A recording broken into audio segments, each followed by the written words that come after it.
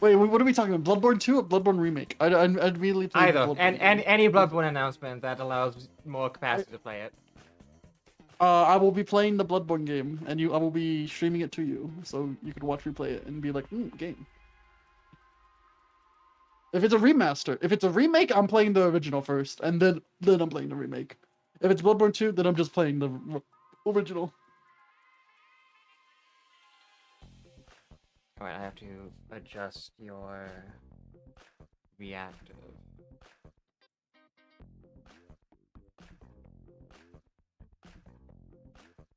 Oh, no.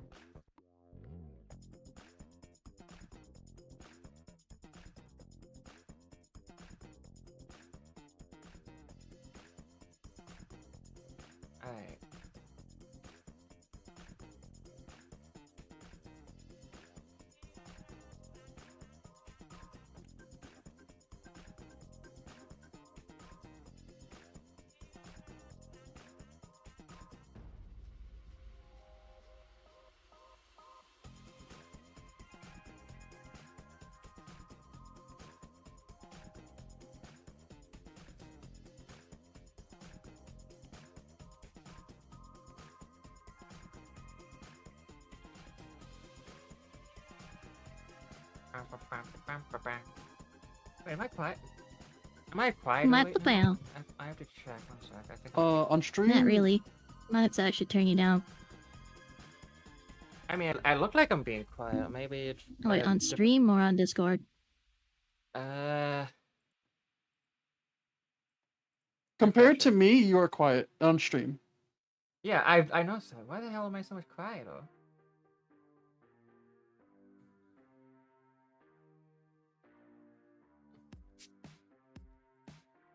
Do I have to turn up my gain again? Did I accidentally turn down my gain? Which one even is my gain on this stupid thing? Oh, I know what happened. It's because I cleaned this. Alright. Ooh, maybe that's a bit too much. Okay. Ah, yeah, that looks good. No, that's still a bit too much. This thing is so sensitive. Right. Alright, I'm no longer peeking, but I'm entering the yellow, which is good. That's what I want. Alright. I think that's what I want. If I'm too quiet, chat will tell me. Test my volume. Test my volume. I'm saying that to hear it.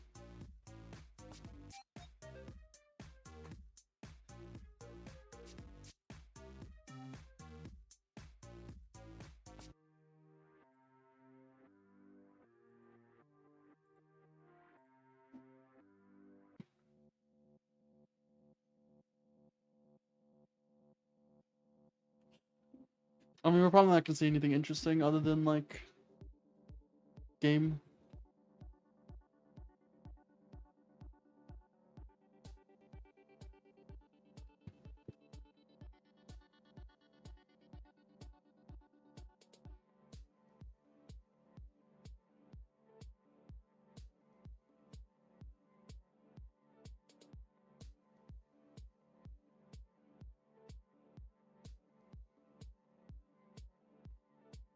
There's a few things I'd have to see.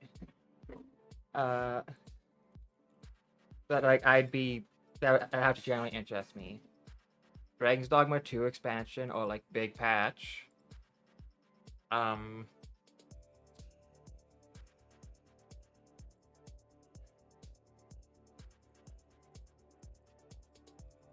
mean, I wouldn't mind seeing Elder Scrolls 6. I don't have any faith in it, but it's, you know, it is how it is.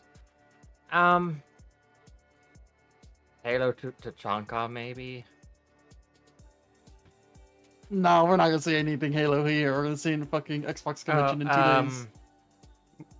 Give me Dynasty Warriors Origins, Empires, or XL Legends. Oh yeah, that'll be pretty hype.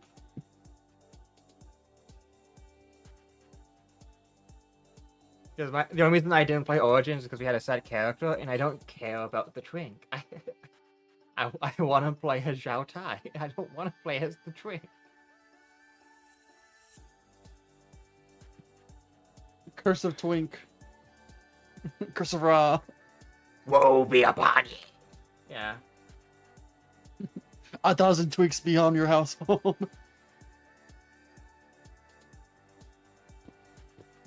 I don't really like look forward to things. If something comes out, I'm like, oh yeah, that's neat. But then it's like, there's not really anything like I really diehard want a sequel to. Die Hard, the video game. No. Yeah,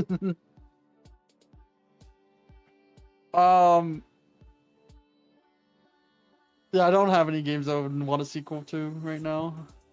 What if this mean, is other where? than What if? KO, but, What if this is where the League of Legends announcement happens? Really? I mean, that would be kind of hype. I'd be like, yo, sick. Oh man, imagine VR chat console announcement for the I mean- PS5.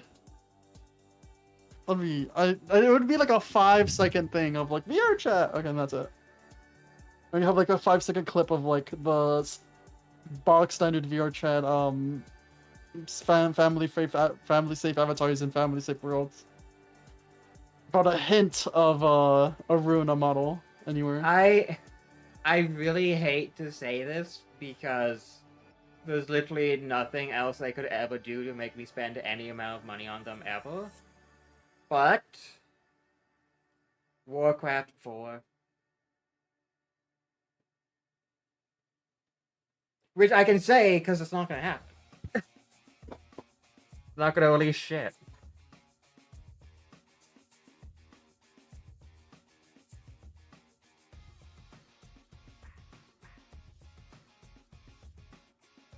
I don't know, like when I was younger, I could go like, ooh, Nintendo games, but I'm like, nowadays, I'm like, I don't fucking own a Switch. I don't. That's such expensive.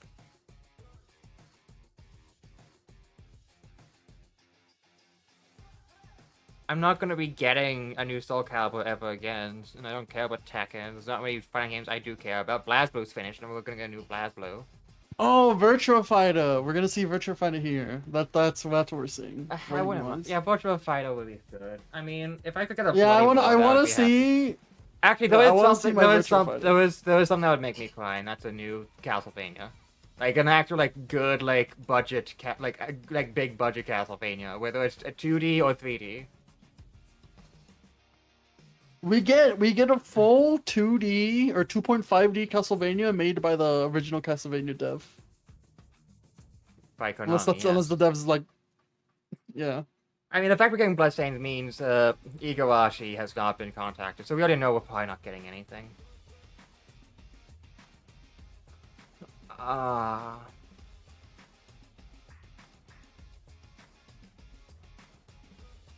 I'm literally just looking through my Steam list for anything I give a slight shit about.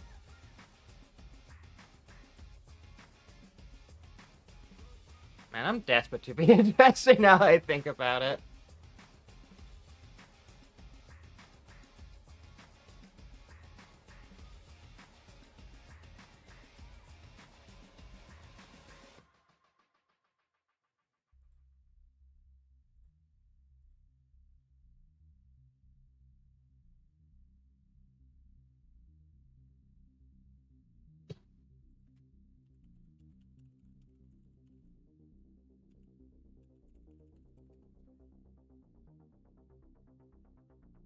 We're not getting a new Resident Evil yet. I know that. I know that I've played them. I'm just saying the main to like discuss with you.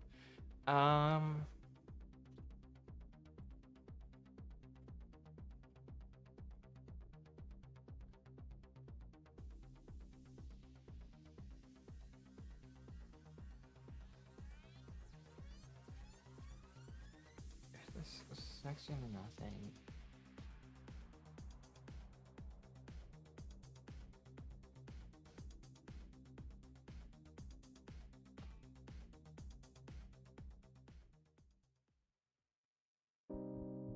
Oh, there's a Capcom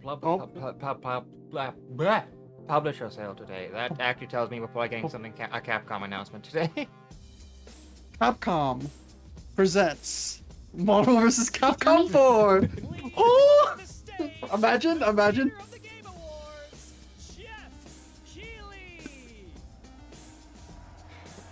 Just imagine if Capcom just raw dogged said Marvel vs. Capcom 4. Marvel's giving out the big bucks. I love the energy. Hello, everybody, and welcome to Summer Game Fest, a showcase to celebrate what's new and next in video games. Now, every year, we have the distinct honor of coming together to spotlight the boundless creativity that defines our industry. Thank you all for joining us and giving us your time.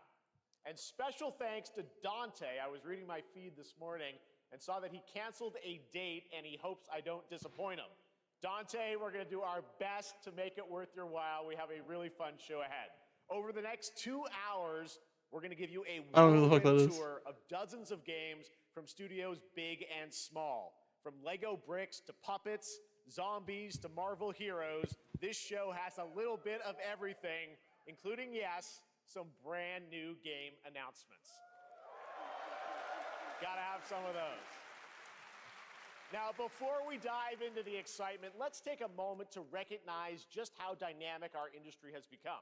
Here's a look at the top 10 selling new games on Steam so far in 2025 by units, according to Game Discover Co. Lots of great games. Now, the list includes beloved franchises. Oh, wow. Yeah, that does. Number one with over 13 million units sold since February is Repo, a groundbreaking indie game crafted by a passionate team of This just 10 list people does at actually Semi-World completely in Uppsala obliterate City. Mostly trailing it is Schedule most people's 1 perception from of things. TVGS, a solo developer in Australia. It's Yeah. inspiring that these indie creations stand side by side with heavyweights like Monster Hunter Wilds and the Oblivion remake. Absolutely. Now let's also applaud Claire Obscure from Sandfall. Okay. They might get some nominations. From will the say that- Ubisoft mines, he escaped and made his dream game. The fact that Night Rain is 10th place, even though it's only been out for like 2 weeks, is... Yeah. People are like, Night Rain's gonna suck so much. Everyone mass buys it. One thing I is think. clear. With digital distribution and engines like Unreal, today's most innovative projects increasingly emerge from outside the traditional publisher system. That's something to celebrate. But Do with you more than need a invite if you intend to 18,000 come on games in? released Oh, on and Steam just last year, more than double from 2020, the challenge now Huh? is discovery. And that's precisely why events like Summer Game Fest, our partner showcases happening all weekend long, and initiatives like the Steam Next Fest are so essential. These events help remarkable games, big and small, find their What? audiences. And hopefully, if you're watching Me? this show, you'll discover. I'm just your seeing if other next people Oh, would be no, Twitch interested in Fang. watching. So, Yeah, in they had that Fang, spirit, Fang's on Twitch. let's kick things Just off with a chatting on game Twitch right from now. an independent studio who is thinking very big. In 2017, Fang's doing 4 Fang developers things. broke away from Yeah. AAA publishers to chart their own course.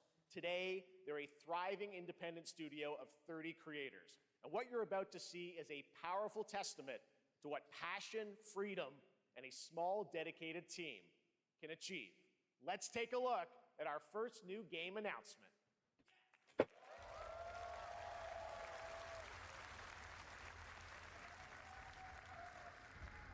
Motherfucker.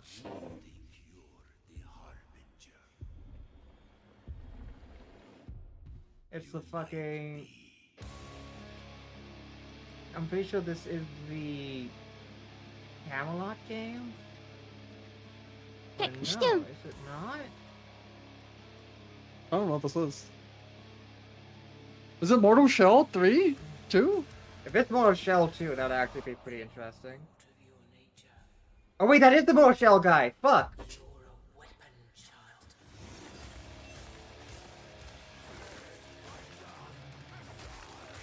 If they commit to what Mortal Shell kind of did near the end of the gameplay, I'm down for this. The Mortal Shell was hyped when they actually went hard of the fact of like, no, you fucking block shit. That one hasn't... Damn, that one was caked up! What the fuck? If they...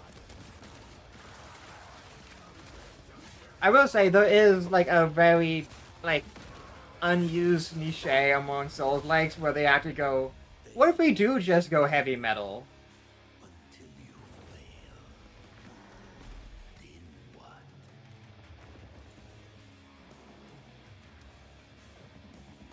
I love that one of the enemies is just a guy.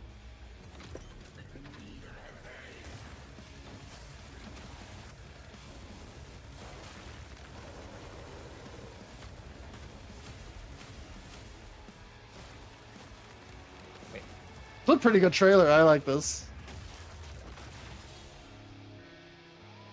Well, Oh kill too. fuck! It is Moto Show 2. Oh yeah. Oh, that's gonna be that Moto Show look- was honestly a really good Souls-like.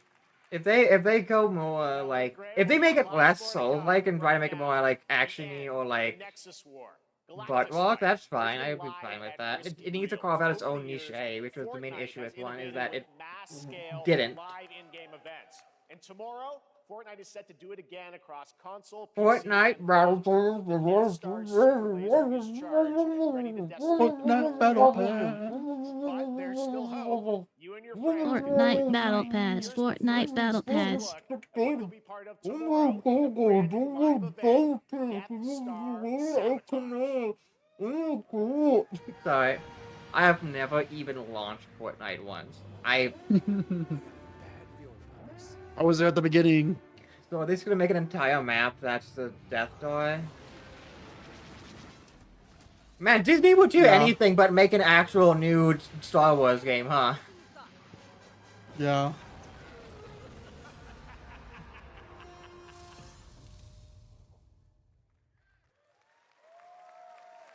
Think I saw Jones. That was so lame.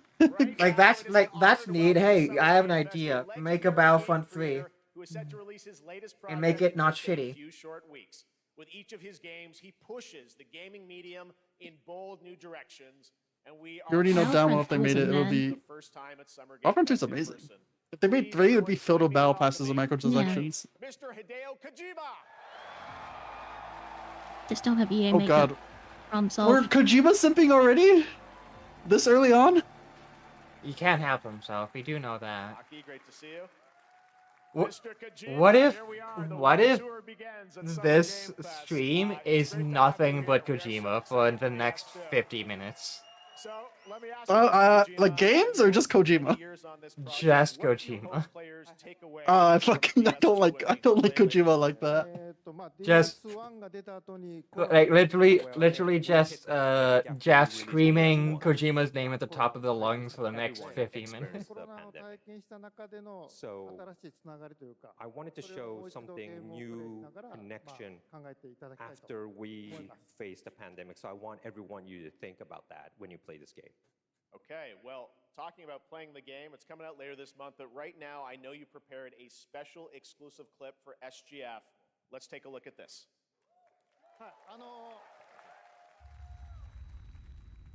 Oh, he's still talking.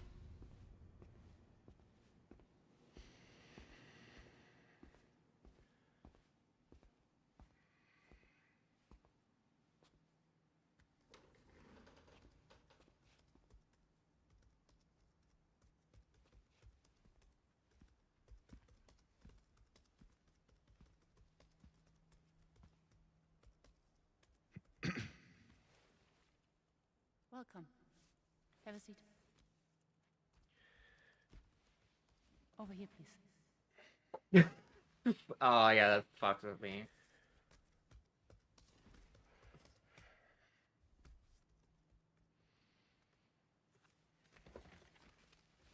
You know you're not allowed to fucking have a cigarette during No a smoking, mental please. appointment. That tells me this guy is like a criminal or So mafia you're type Neil person. Varna. What do you do? For a living? I'm a porter.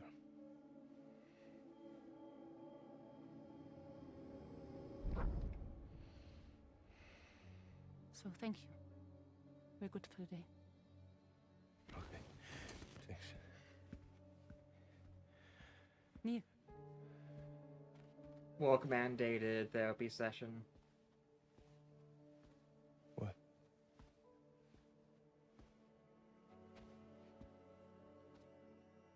so you made it then.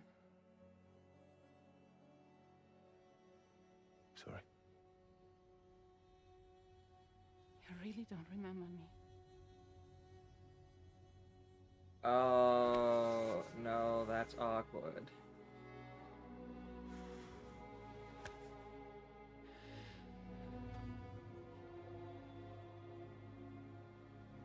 The girl. You're alive.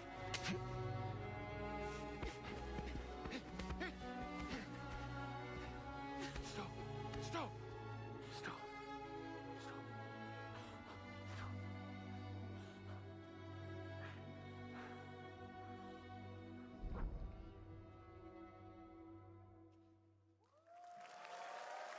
That explains nothing. It's entirely new characters that have been completely unrelated to everything so far. It's Kojima. It's literally just Kojima. It's Kojima going. I got two actors I like onto the game and added, and as such, added another 8 hours of cutscenes to it. In DS2, it's a very I made a important 25-hour movie. Neil. you will be paying $60 to watch it. Say because there'll be spoilers. Well, I mean, like his games have a lot of game. They just have even more cutscene in the game than game. Like 100 hours of game, but then 200 hours of cutscene. It's like, damn. Throughout the story.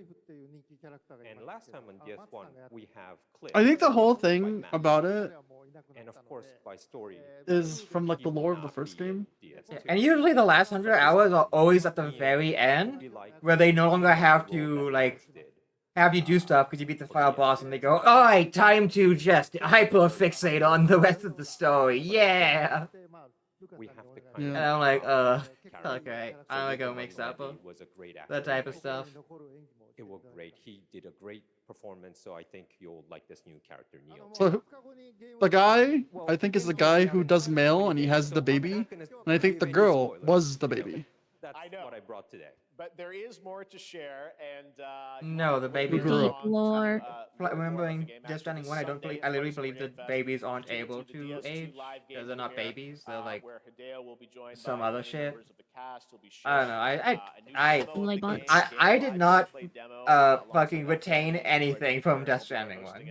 And let's just say this is not the Well, from last like that the you from see what of Death Stranding 2 is, it's literally you raising your baby from Death Stranding 1 to see how they grow up and shit.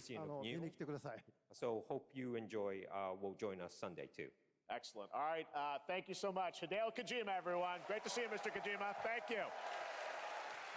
I feel bad for Kojima because he used to talk in English, but then people just kept hating on him for talking in English, and now he just has a translator for him.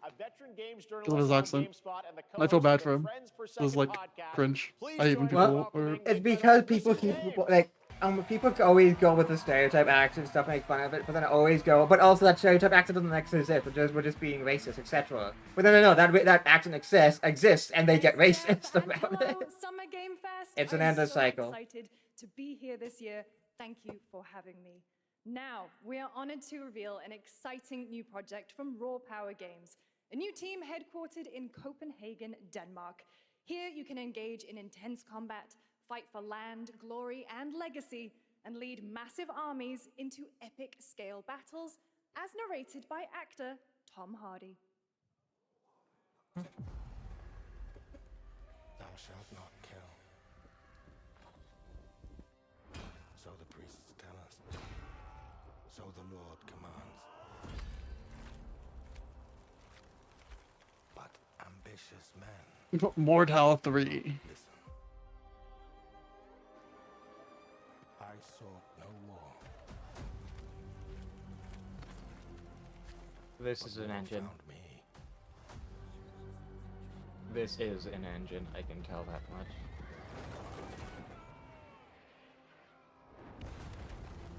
I became Like, when I want to see, like, Kingdom Unreal Come Engine Deliverance 5 came- stuff, this is the type of stuff I want to see. Kingdom Come Deliverance came out too recently, so but some paths. everyone Oh, is that too is a cool helmet. I like that. everyone is too armored for this to be realistic. Like they need to be wearing like brigandines and like jerkins and stuff. On this road, there is only death. So it's not like Mountain Blade or like a realistic or like a medieval like realism sim. I know that. But that's just my story. Never mind. It's Wait, Mountain is Blade. it Mountain Blade? It's Mountain Blade. Oh my god, this looks beautiful. This has to be a Mountain Blade competitor. Bannerlord isn't even done Gameplay though. footage captured on PC. Medieval Chronicle. Oh, it's a Mountain Blade competitor okay. that just. If this just comes out complete faster than Bannerlord, then Mountain Blade's dead. That was a very cool new project. and a That looked brutal beautiful. and Holy meaningful fuck. That's world. exactly what Early people want access from Mountain Blade. 2026, by the way. Hang on to the Yeah, edge of 2026. tomorrow. Sonic Like, Racing all Crossfire they legitimately just growing need to have a and more trending, complete and the package legacy than of Mountain racing Blade action on games launch, within the and Sonic franchise. I think that would actually Crossroads brings kill other Mountain Blade. worlds and familiar faces to Sonic Racing, A lot of including people some trying to eat guest other people's characters lunch this being year, revealed I'm here at noticing. SGF for the first time. I mean, lunch eating It's like isn't you hard, guys that's for don't sure. know. Yeah, it's like you Oh, guys don't know Sonic. how to make the game. I do. Oh yeah, I forgot Sonic Racing got announced a while back. Okay, but like, where's Burnout? Like, I love arcade like racing games, but I want to be in an actual car, not a fucking go kart. If I want to go go karting, I can just go to the edge of the city and go to the go kart place. Also, go karts aren't that interesting at IRL. As someone who's done it. Never had. They're so frequently. slow.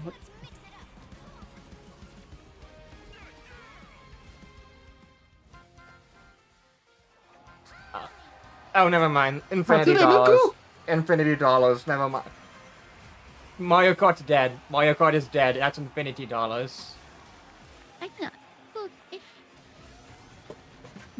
Oh, well, Ichiban. can I make you just kill Mario Kart? Infinity Joker dollars. from Yep. Persona 5. Infinity dollars. Never mind. This is infinity dollars we're seeing.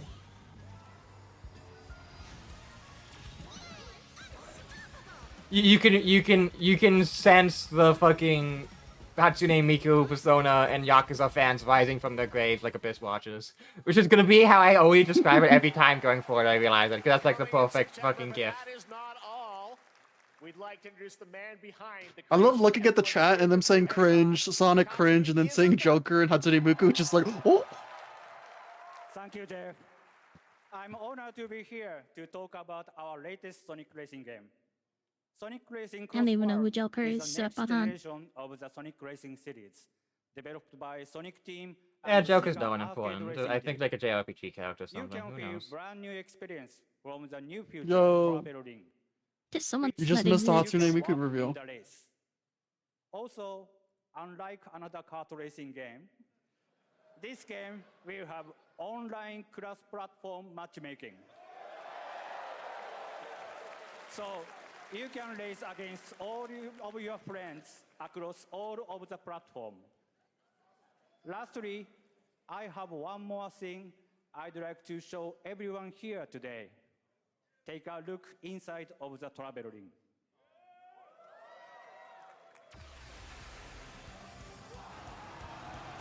Minecraft Steve! Yo! Alright, this game wins. This game wins. Alright, never Fuck Mario mind. Kart. Never mind. This is Super Smash Kart. You gotta go craft. Well, I gotta laugh. That's all I want. That's all I want.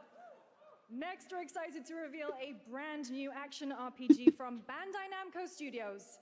Seems Embark on a legit. journey across a dark fantasy world and Is this the new uncover Tales a of vast game? story that eclipses time. I don't want to like Tales of series, but every time I try playing the games, it's always just like, eh.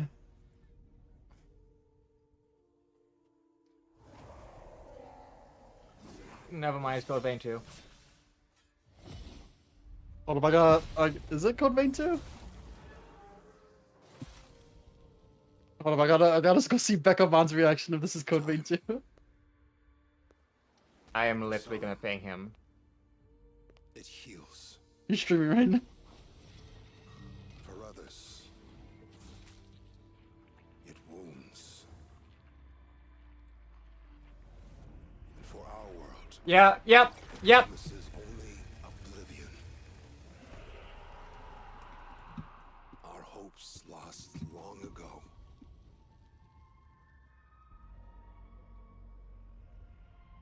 But you, This is at least by the same team, because I'm recognizing a lot of their art style. power to change all of this. Hey, Kel. Mm-hmm.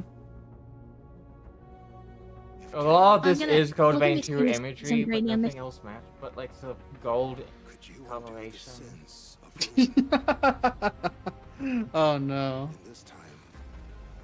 Time travel. I mean, some of these are literally some of the weapons being shown as like props are literally Code Vein weapons that are being reused. Why do you have to do this to me? Why do you have to show me this cursed ass lobby? I can make it worse. Hang on. No, don't. No, I don't give a shit about Doom. I care about Halo because I'm the Halo guy. Vampire bat theming. This has to be the new game they're working on from Code Vein after Scarlet Nexus.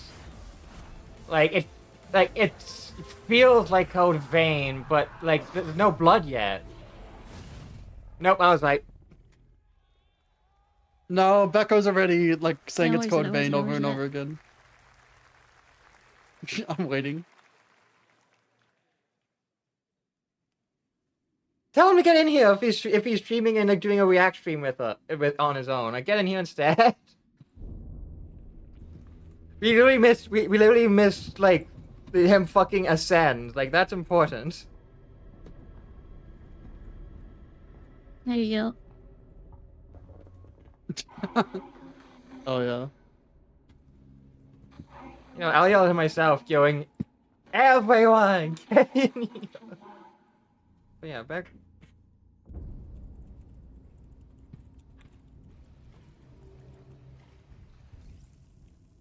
How many man hitting the meat can make up here? Orange Justice, let's go. I thought this was Little Nightmares at first.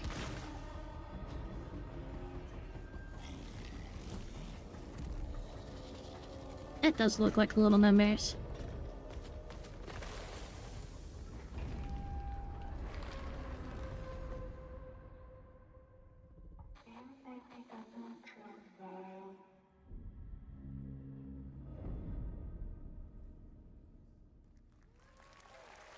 Alright, that is completely new, so I have no opinion about it whatsoever. It's a very moody, cool new game. That was End of Abyss, the debut title from Malmo, Sweden-based Section 9 Interactive, an atmospheric action-adventure game coming in 2026 to the Epic Games Store and consoles. Next, we'll step into the black and white world of rubber hose animation with Mouse. I put everyone on the left has who. Developed by first-time developer Fumi Games and published by PlaySide, releasing later this year. Here's a quick new look at the game and the reveal of a familiar voice. There's something rotten at the heart of Mouseburg. Crooks beware. Detective Pepper's in the house. There are those who have bent the city to their will. Dumb wise guys and fake cheese wheels. There's like 3 variations of this type of game. To save I really have to say that like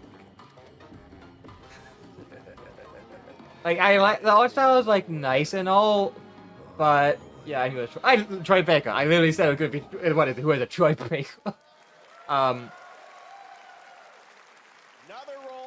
Those cartoons like never existed, right? Like that's the main thing I always think about is like this is just like They fake kinda, shit, yeah? They were like they're just like one-offs. They're one-shots cartoons that people got But this takes things to a whole new level. It's a watched when they were like in the 50s. real-time strategy game built for PC based on one of the most iconic fantasy franchises in the world.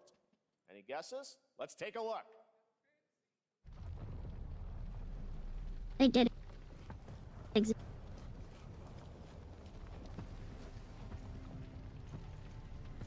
To fucking Lord of the Rings, not Lord of the Rings, the fucking shitty Jar Jar Martin Game of Thrones. universe. You know how the game is played. Watch this be a Mountain. Watch this be like a Mountain Dew, like advertisement out of your game. If they're doing a Game of Thrones RTS, that would be neat. But ultimately, unless they actually show gameplay, this is nothing.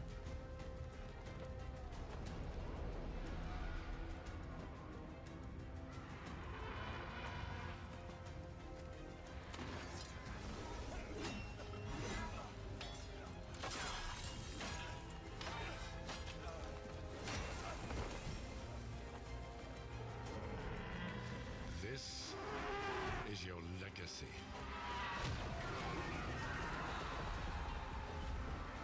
It's an RTS, yeah. You know what I wish we would get? I wish we would get fucking Kingdom Under Fire. Like, a good one, not the MMO. The MMO fucking is like ass garbage. And who dies? Well, just give me like a Dark Souls game where like we make our Good character RTS. and do everything. But like, we also just control an entire army on the side, and it's like big open maps to have like actual like Souls stuff. That would be cool. Dude, like, Kingdom Under Fire was fucking great because it was just an action RPG, but it also said, oh, I play Fire Emblem as well on the side the entire time you're action RPGing. War for Westeros. Oh yes, yeah. The actual what's up, gameplay, Fabian? then that means the actual gameplay would probably be very uninteresting to All show right, during now Summer it is Games time Fest for to the most global people. reveal of an FPS action adventure RPG.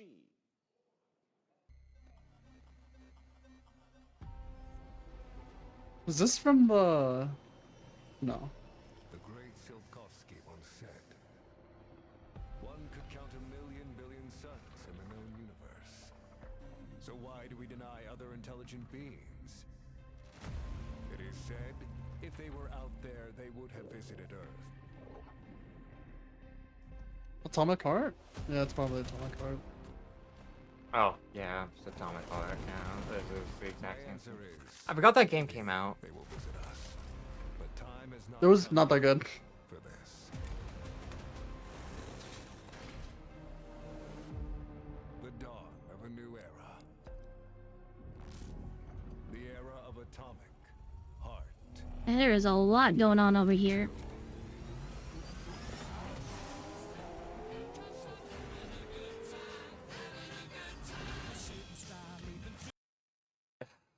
Well, guess that's muted for now.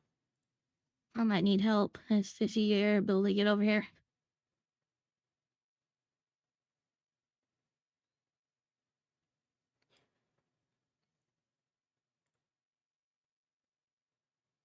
I might be able to sneak away.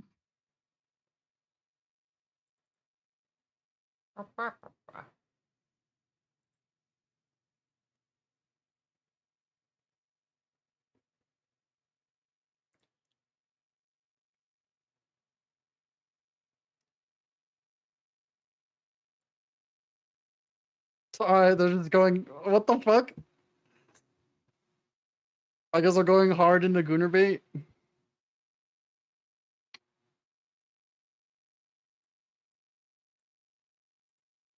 This is a bad mix of this song.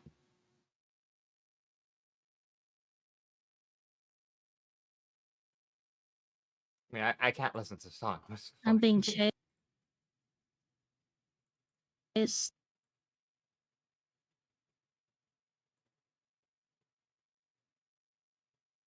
They're above us.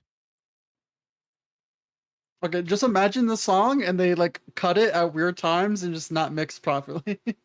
Like, that's it. It was not necessary to this game at all, to this trailer. Say, That's hey, right, do my Atomic teammates Heart have 2 is a in med active kit? development at Mundfish on Unreal Engine 5. No way, no It's a shot they give you spiritual meds. successor to the first game with a retro futuristic world on a global scale, and this time there's a greater emphasis on RPG elements and player freedom. But that, I'll get in the believe it or portal. not, is not all from Mundfish today. Or my teammate will be a complete dick. That works too. Is it recording? Yeah, it is. It's in Oh my the god, sky, I don't want to do a this. giant cube. I can still barely believe it myself. Cube. When it showed up, I was in the lab. I didn't even see it. You know? I felt that same fear, though. A terrible sense of my own powerlessness.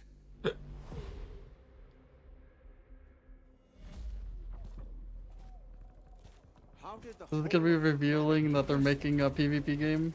And did we actually Nah, miss it? it's not gonna What be if good. The cube didn't appear, but revealed itself. What if it was always there, and we've only just started to see it?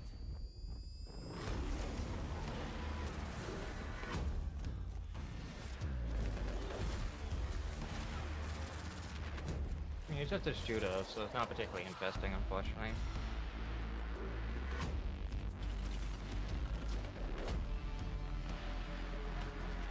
Man, they really just decided to go hard on the fact that they had like lewd fucking models. I'm just like, oh, let's just do it. Go ahead. I mean, if it was. This is like Korean. I mean, it's like Korean fucking MMO type shit. I'm just like, sure. Cube. Cute little guy. The Cube is yet another new project from Munfish, an MMORPG shooter set in the Atomic Universe on a massive levitating cube you can see there, where the edges are constantly rotating to create unique gameplay combinations that are ever evolving. All right, let's jump into the Marvel Cosmic Invasion universe. The new retro beat-em-up coming to PC and consoles this Oh holiday. yeah, everyone is a Multiplayer fun fucking for up to 4 1980s players. You can pick design, between so I don't 15 really Marvel care. characters to play, but so far, only 7 have been revealed. Well, now it's time to meet the next 2.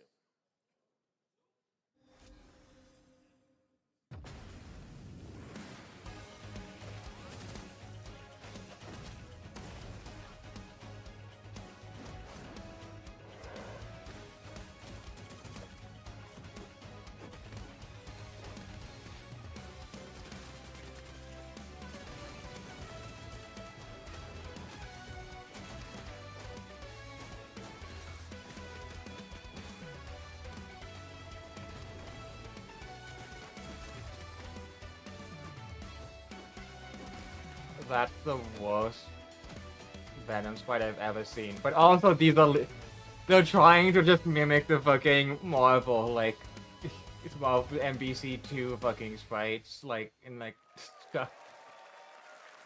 Like, I actually recognize fucking Venom's attack there. Oh hey, Capcom Onimusha. presents Onimusha. Onimusha. I hope this game's actually fun. Lamau. You don't have a chance.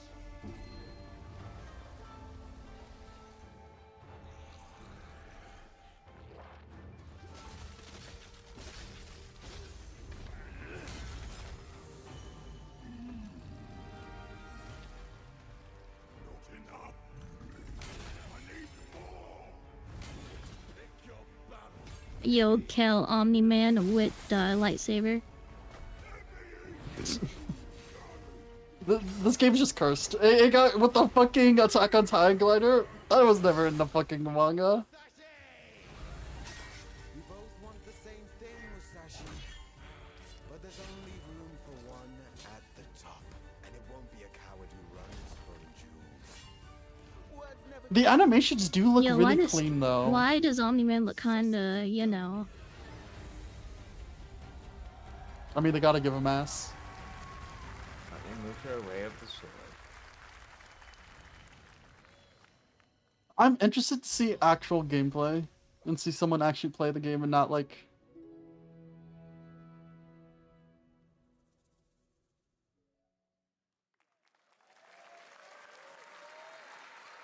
That was a new look at Onimusha, Way of the Sword, which we announced back in December at the TGAs. It is coming in 2026 and will be playable this summer at Gamescom.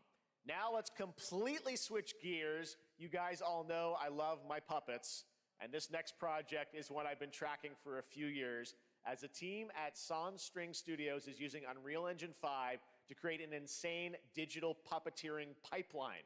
It's actually a thing. What you're about to see is running completely in real time in Unreal, and I cannot wait to play it. Here is an unexpected new game announcement. I keep forgetting. Comedic storytelling. I keep forgetting and that arcade fighting action. Check this out. Jeff Keighley is a Muppets fan, like a hardcore one at that. I mean, yes. Are you not? I have not seen enough Muppets for me to be considered a fan, but I do enjoy the Muppets. The one thing that holds me over, and it's one of the worst characters in existence of Muppets, but it's a core character. I hate fucking Fozzie. He ruins every scene he's in. That's cringe ass Nene shit. I fucking hate that bear. Everyone else is peak. I love it. I love every Muppet. I just hate Fozzie. Because like everyone else commits to the bit. Fozzie's the only one who's like, hey, I'm not committing to the bit. The joke is that I'm literally Fozzie. I was like, what? Fuck off.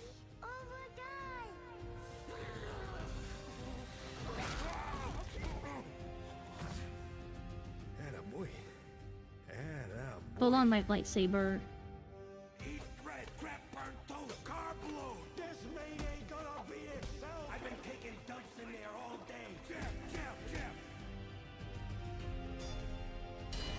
I just realized this was a fucking punch out.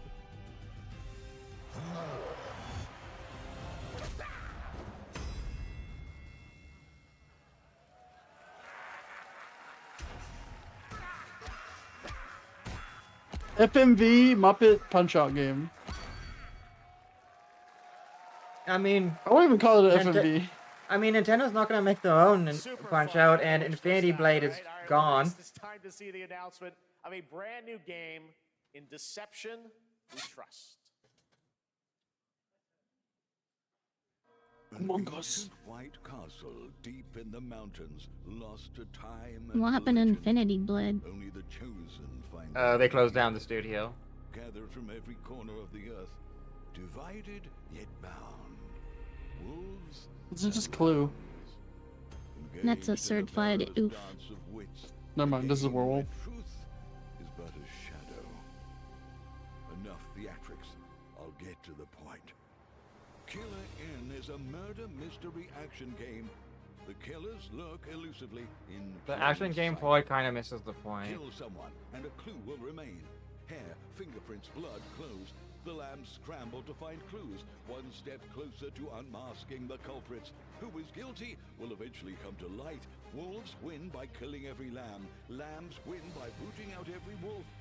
Such simple. It's so funny how they keep changing the name of the killer and the innocent for every fucking time they do this, because they can't just say that it's fucking Mafia. Place traps. Discover one of your own is a wolf. Is killing not to your taste? Then you'd better escape the castle. Now the paths to victory are clear. You would do well to remember, deceit and deduction are your strongest weapons in this game of life or death. Your invitation awaits. Square Enix. I mean, yeah, It doesn't look that couldn't you tell from the impressive. faces that it was very like anime faces. Life or death using social deduction Yeah. skills to win. It was clearly using the same All right, it's engine hard as to Final believe this Fantasy. next game was first announced at TGA in 2021. I know it's been a while. Their recent tech tests prove that some things are definitely worth the wait.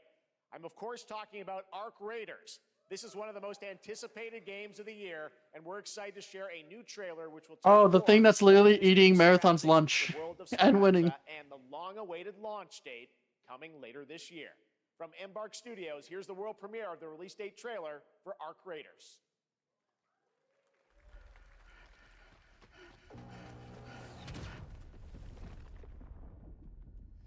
So you know how NASA Punk was specifically the aesthetic for Starfield? This is what they're doing also. They're doing NASA Punk, but their own way. I don't like it. I don't give a shit about it.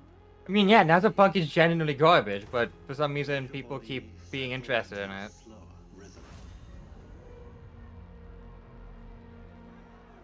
Clear your mind of all distractions. I think NASA Punk can be pretty solid if they do it right. Walk this path alone. Surround yourself with resourceful friends.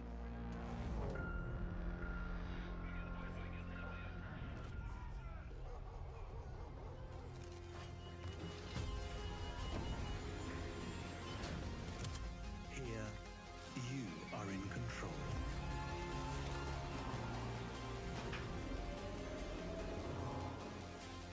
What if it's Starfield 76? No, it's an extraction shooter. This is the beta has been out was Oh, out like then a who month ago, cares? and people absolutely love this because it's made by the Finals devs, and essentially the gimmick is that you there are mean the these game- big robots that will just You mean the game that uses fucking AI? yeah. AI art? So this uses AI art too. I'm not sure. Hasn't Wanna been. reboot me? could- Right, everyone, Arc Raiders is coming October 30th, 2025 for PC and console. Yeah, but Congrats to I don't MMO give a shit Studios. about this game. I All think right, it's Dune like fans, whatever. now you can But like a finally lot of the step into casuals world like of love this Arrakis game. yourself. Dune Awakening combines the survival and MMO genres with a thrilling cinematic story. It arrives on PC in just a few days on June 10th, but you can play it right now in Steam Advanced Access. Here is a brand new look.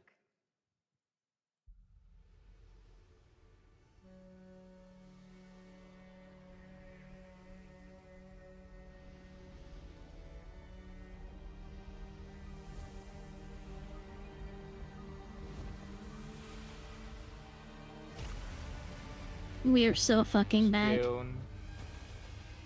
I don't. Yeah, of course they said it was Dune. I don't care about Dune. I only just care white- about the movies. Everything It's else just is it's just it's cringe. it's No, just you're- it's just white people shit.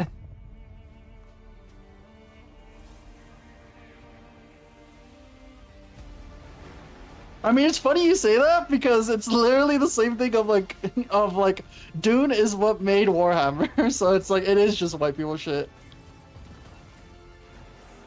Of like Lord of the Rings, Lord of the Rings is just white people shit. It's insanely good white people shit, but it's still white people shit. The shit do not got sauce. No, it does not. They seasoned it perfectly, salt and pepper. You do not like They're Lord of the gonna Rings? die. I think it has sauce. No, I like Lord of the Rings. I'm talking about Dune. Lord of the Rings is actively good because it's.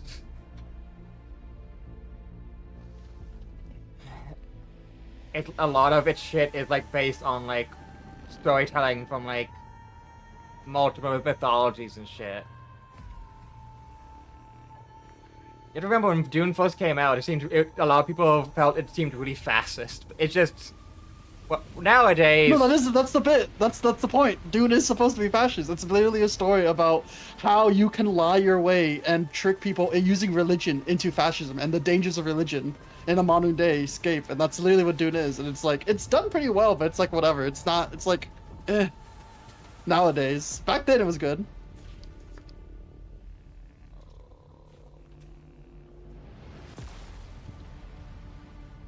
Like, it's okay. If we saw Lord of the Ring games being made today, they would not be good. It's the same reason why, I don't know why they keep making Dune games. It's not gonna be good. Who gives a shit about Dune other than, like, the actual book or anything? They're trying to make it its own Star Wars, is what's happening. Yeah. Which is unfortunate because Star Wars is trying to not be its own Star Wars right now. I mean, the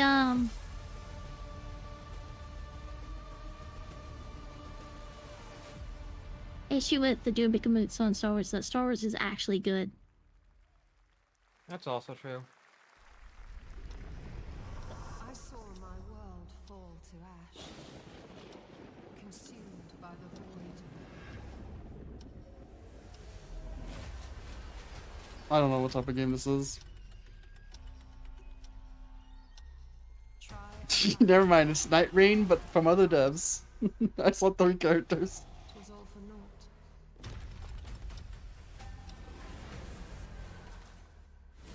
I mean, the character movement already looks horrible.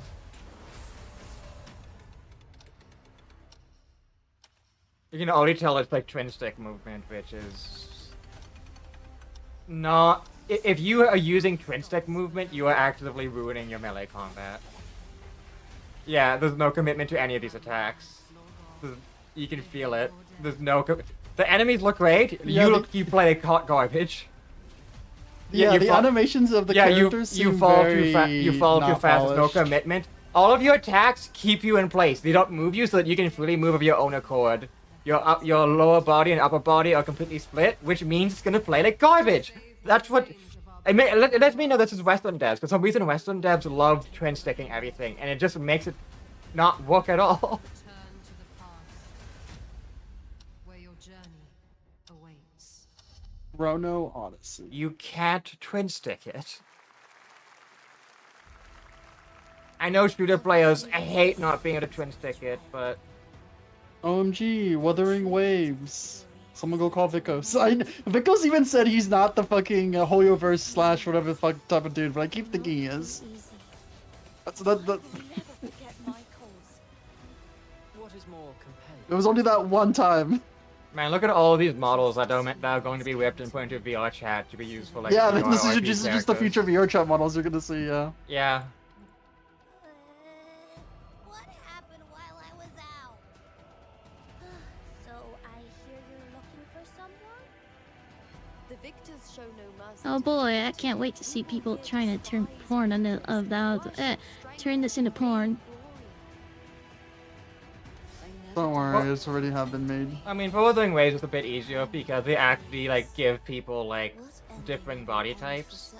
Here's the thing, Hey, no. it's Chinese made, and my favorite thing about the fact that it exists is that you can side with the villains, because the villains are kind of just like, no, shit's fucked. And you can be like, yeah, I agree with you, and be like, oh, okay then, and you could have like the villains as your allies slightly.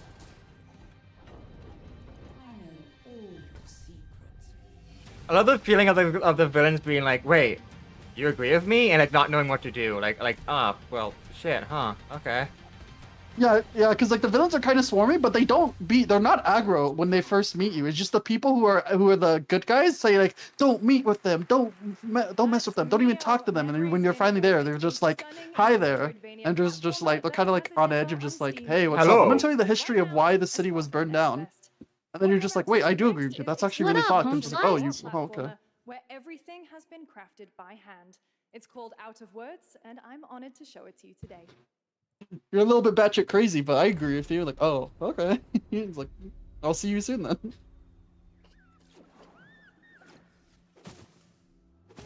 Stop motion's became more popular recently. Because it's getting easier to make. Because no mouse, so you don't have to pay voice actors because of ongoing strike. It's getting easier to make with the new tools of Blender and shit. And Maya, and whatever fucking software exists.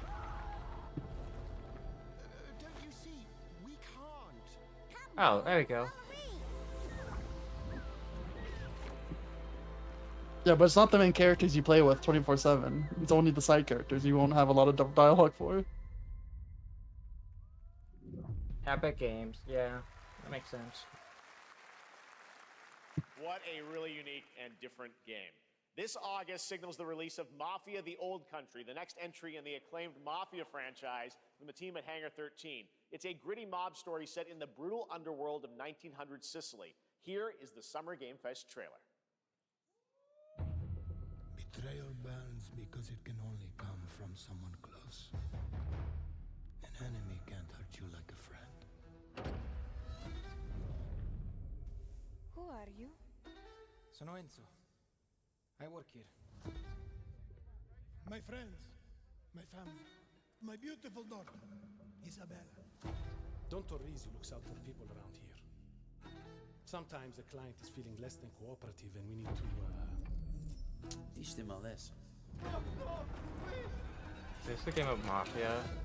Remind It's so absurd that, like, how much America loves Mafia stuff when Italy violently hates Mafia and harasses them out anytime one tries to form. This is how it'll be.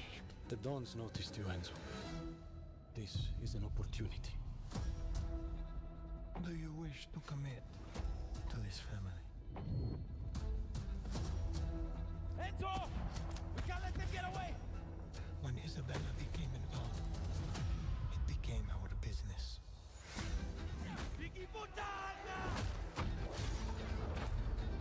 Miss Family, loyalty is everything.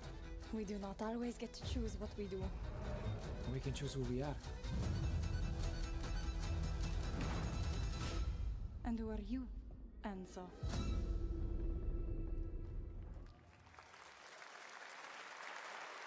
And if you thought that guy was a stud, just wait till you see this next game. LEGO Voyages captures the creative, hands-on spirit of classic LEGO play and will also support a Friends Pass, just like Hey, Split Kel, Fiction. welcome to Here's Fortnite. the first ever look. Kaiju number 8 Battle got Pass? fucking skins already? Oh my god. Kaiju number man, I feel bad because Kaiju number 8 has such a bare bones story that goes to shit so fast.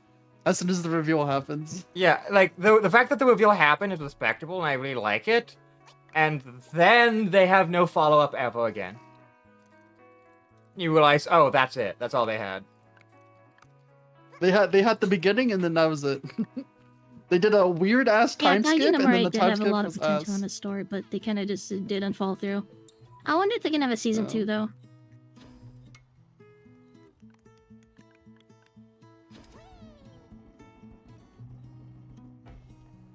Was this like Lego actually? Like actual Lego? Might be. Like, I did really love the animation for Kaiju Number 8 though. I read the manga. I didn't, and by the time the manga came out, I was no longer interested because they had already fucked up by then.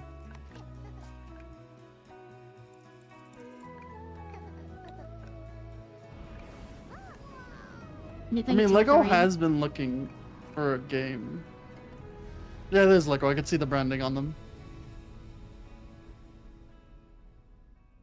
Couldn't even afford to give them like actual character designs to use. Just gave them blocks. I mean, it's for kids. This is a game for children. Actual babies are gonna play this game. Hey, guess what? Kids care. Some with squirrel suits, thank you. Some with science smarts, and some with serious attitudes. Big execs think they don't care. Like going, yeah, but kids are dumb is to be honest, doesn't kids really really work. don't. Secrecy today. I am thrilled to have a hand in revealing something that brings a lot of those characters together like never before.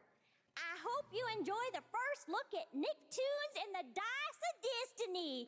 Yeehaw! Holy shit, that's Sandy's voice actor. She's her voice has aged well, but she's man, you can tell that she's gone through some rough shit. Okay, but whether this is actually good depends on what characters they use. Magic powers to summon the most ferocious, most awesome, most totally radical team of adventurers. If that's Korra and she's evil, that would be funny.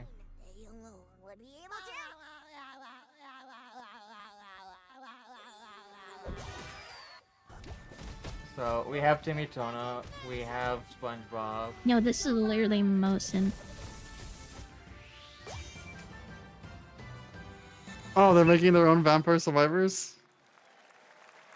It's been almost 2 years. I don't think that's what that was at all, but okay.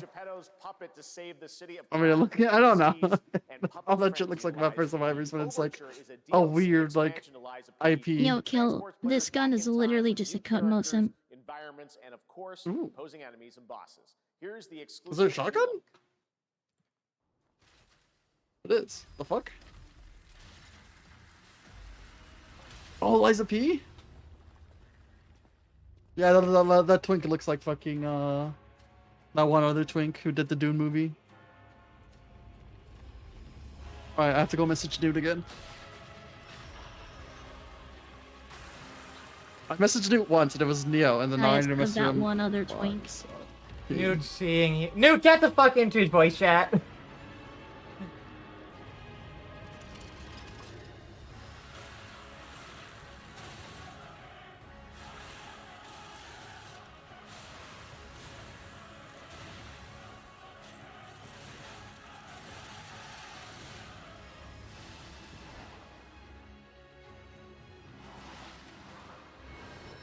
Blue woman.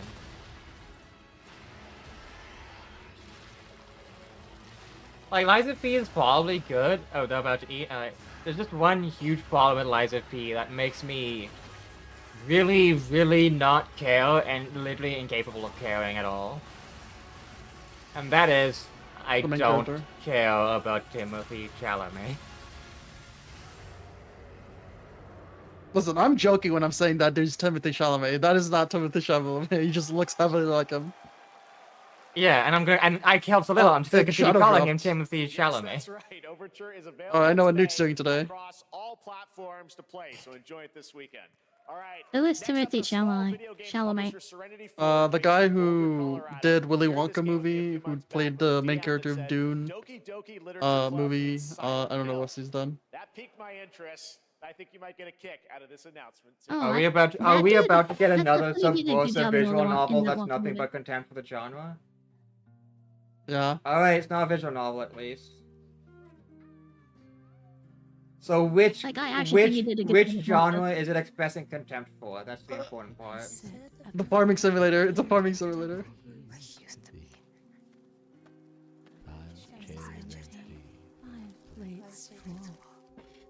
There's been a lot Anime of power farming farming sim, let's games going to go. early access recently.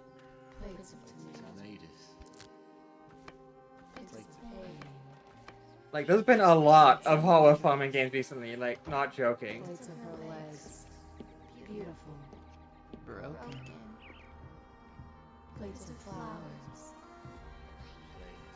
Problem is, for horror farming games, the horror has to just be funny enough that you can ignore it and, like sandbag it.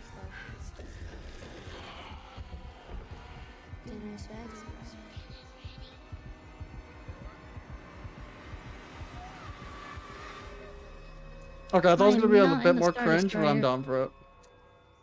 There's a hunger that feeds and blooms, and I will feed, and I will bloom.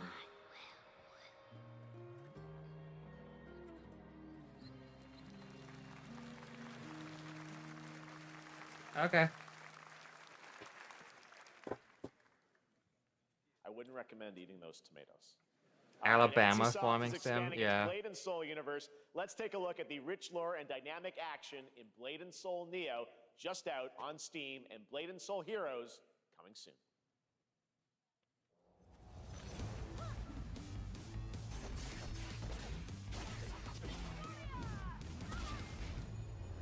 What is this? You guys are shooting me. Is this a ready-made game? It's Blade and Soul. I think it's a re-release of Blade and Soul, but with like updated shit. I don't know what Blade and Soul is. Is it a good game? No. As someone who played it, no, it's Oh. just your average fucking 2010 MMO.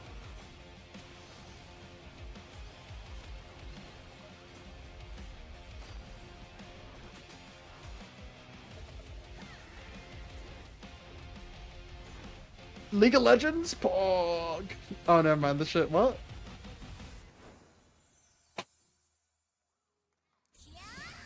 No, Blade and Soul is actually super popular in Korea, if I recall. I mean, I can I imagine. just never played 2010 League of MMO. Legends.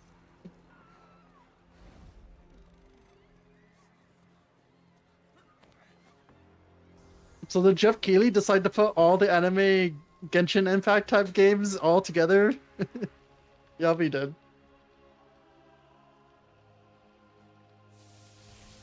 Huh? It's a One Punch Man game. Yes. No, it's a One Punch Man crossover.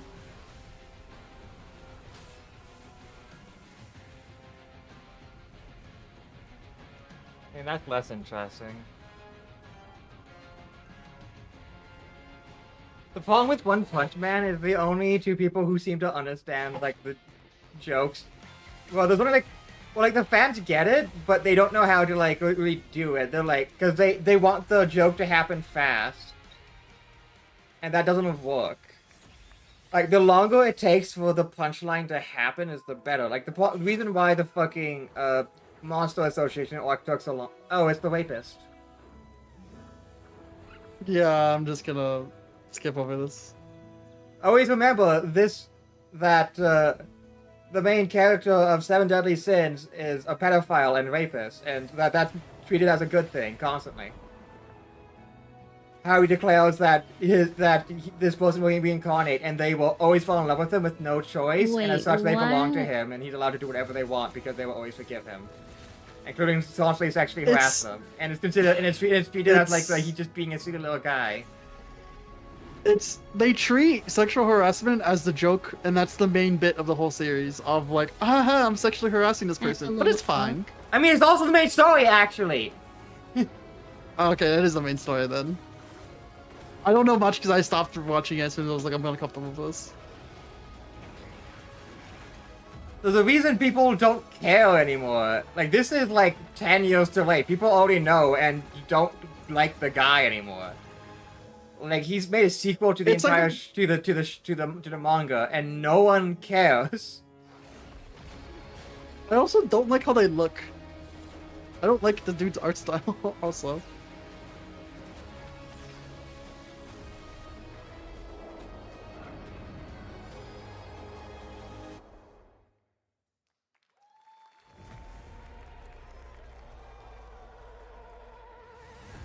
We already saw The Witcher. We It's already already, saw that it's shit. already over. Holy shit.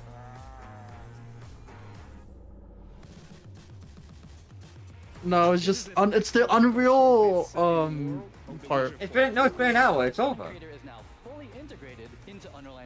No, we haven't had Jeff Keighley saying, and we have one more announcement as he's about to cry and like shit his pants from the best developer ever, and we say like some random ass game no one cares about as he's crying and pissing his pants.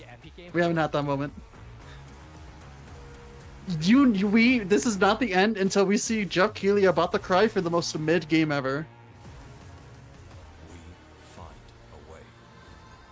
I want you opinionated. Look at pot calling the kettle black, kettle calling the pot black, whatever. Fuck you. I don't know what you mean. I've never been like that. Yo, dinosaur game.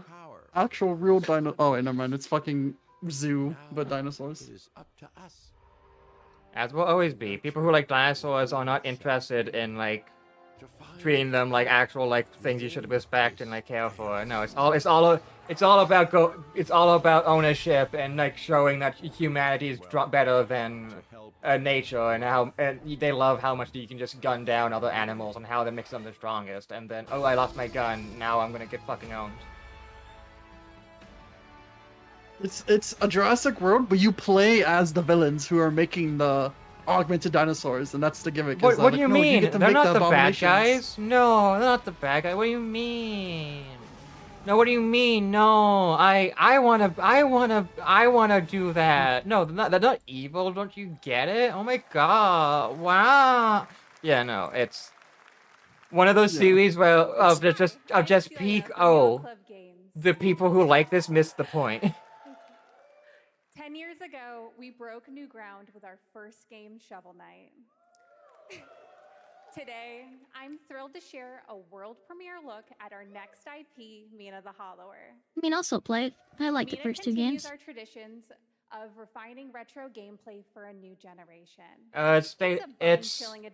It's Summer Games Fest if you want to pop in, Pally. Free roaming exploration. Don't worry, there's been nothing of like note.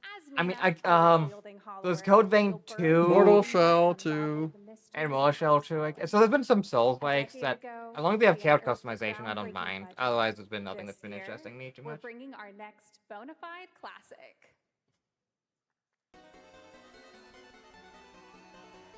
Yeah, Newt, I know you love fucking Liza pee pee poo poo, I know. I just don't like 8-bit or Timothy 16? Chalamet. 16-bit. If the main character is a twink I can obliterate, no dice. I'm gonna take that gun. You were just racing them for the sword? Or the lightsaber? They took my stuff.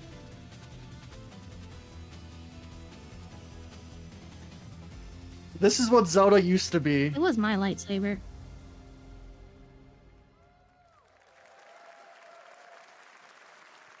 Gotta admit, Yacht Club kind of has fallen off, but everyone else has also given up on making, what have you? New Persona game? Everyone else has kind of given up on making like NES-bit games, like 8-bit games. Like everyone switched over to like 16 or 32-bit because they're like, Hey, yeah, Jeffy. no.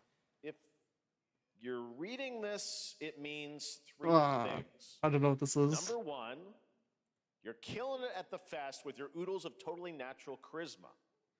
Debatable. Well, that's B, cringe that was I'm said at at your all. house playing long darts with the fam. And three, you're gonna do me a solid and skip that Silk Song trailer so you can pimp my revolutionary VR gaming venture that will shock the industry probably. A wet one on the lips, comma, Wade.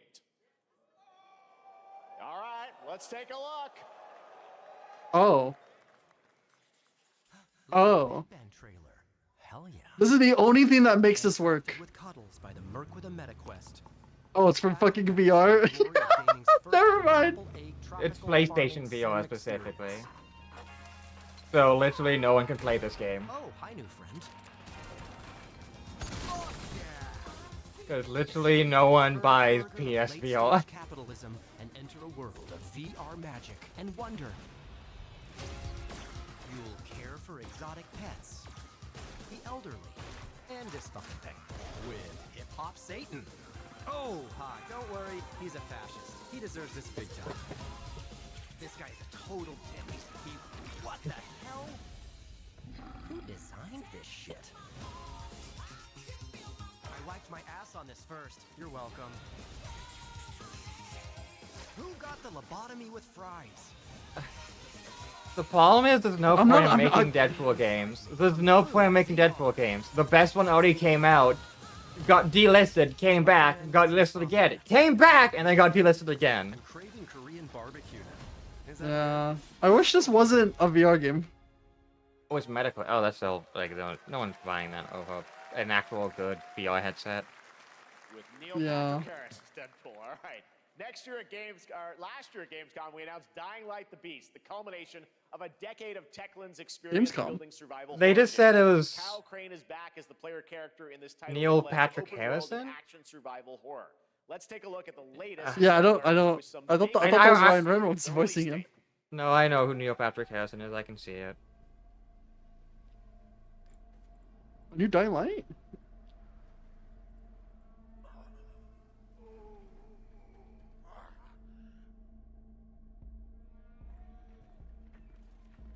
What can you tell me about the Baron? He's a narcissistic sociopath. He's experimenting on humans like they're lab rats. I hate when they have like, oh, the villain, the Baron, the boss. Yeah, Those are afraid like- to actually give people real names because giving real names imply they have to like world build. Like some people don't like doing it.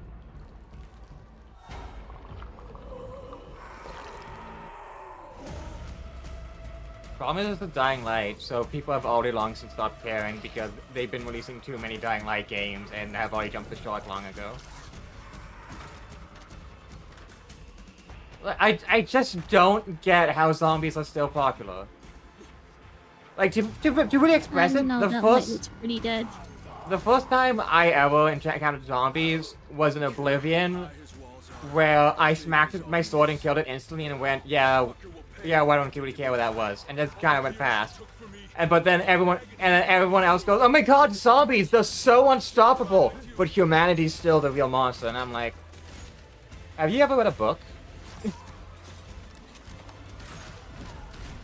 Have you like ever had a creative thought in your mind ever at all? Is like what I think of constantly anytime this shit happens.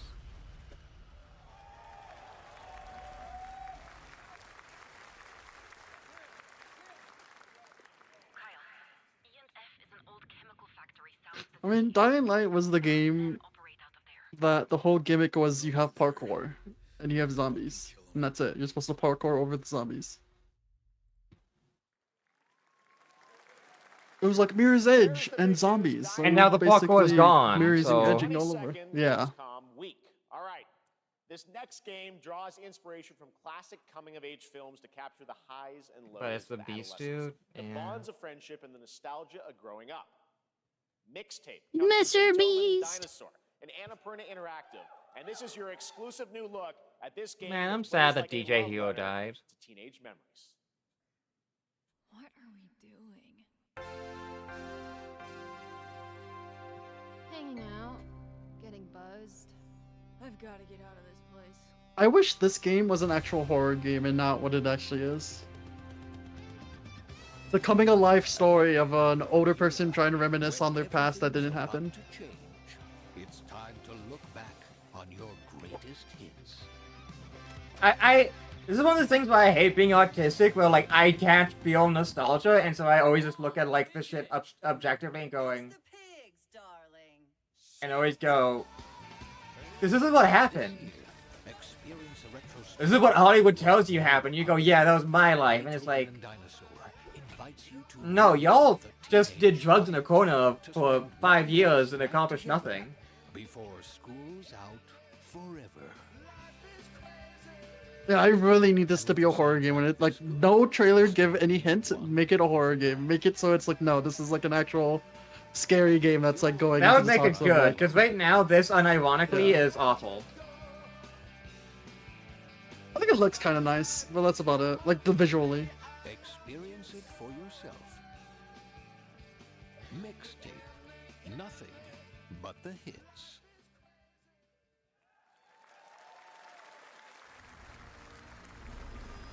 Like I have a feeling it's like I was literally pretending. alive for a half of like the like era that people like worship, because like that's like the 1990s, and I was there for a good amount of that. And like I had like the fancy fucking cup with the funny cool color like wiggly line.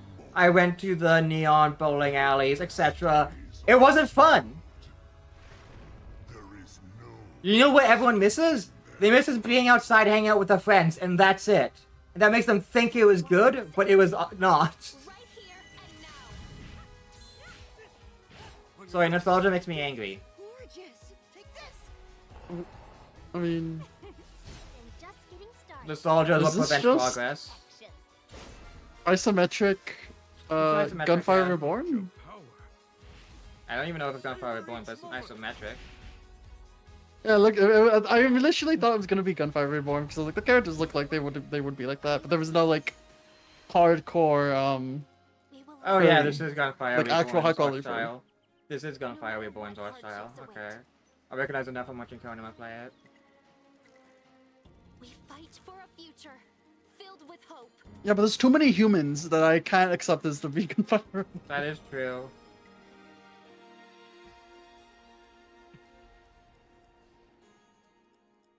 But it is the art style, so it's probably by the same dev team. You know what? If this is meant to be an RPG, this completely devours that one Lab Zero RPG that ended with this woman is right about everything, think it's including gonna be her releasing right abusing after and the holding and release. killing people and constantly being the reason everyone's lives are horrible. Remember that one? Developer in Bandung, Indonesia. With the help of 9 of his friends, he's built an intense action beat 'em up with brutal hand-to-hand combat set in his hometown. This is Acts of Blood.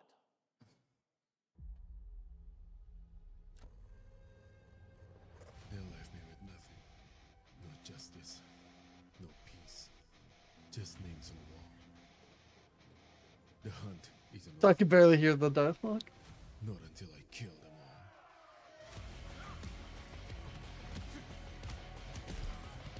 all. Oh, Sifu. It's a Sifu-inspired game, but it's clearly not them. Yeah. Not the art style, I'm it's down not the for it. animation style.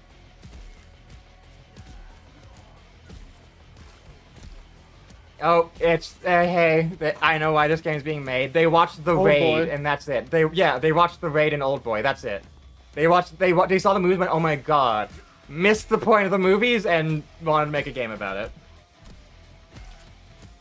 Listen, people don't watch Old Boy and the Raid modern day for the fucking story. They watch it because they want to say, it's the best fight scene in any movie ever, and then they come over. I mean, yeah, they want to see the fight choreography. You're right, but I mean, it's made from a dude from India, he's supposedly. never So I'm even like, heard of it's it. intriguing.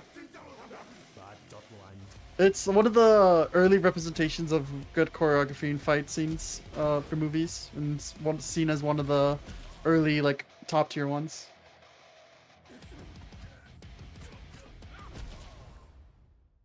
Yeah, this is literally all references from fucking movies. yeah, that's why I was just losing interest as it was going on, because I'm like, all right, not a unique thought in their bones. And Marvel Cosmic Invasion, which you saw a little bit earlier.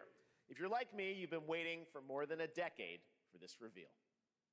Like those being inspired and then just going, I want to make this myself, and then just immediately going, all right, hallway scene, and then with no actual explanation for it. Oh, hey, a Mega Man inspired game, maybe. Yeah. It's a game about like, hey, remember old NES games? I can tell that. Oh, Scott Pilgrim? Right, I mean, exactly everything you said is Scott Pilgrim. It's I literally know. people be like, Yes. oh, it is. Yeah. It's a fucking sequel to the previous beat 'em up, which was needed. The beat 'em up was fucking great. Oh, you didn't know? Oh my yeah, god, those- just seeing people.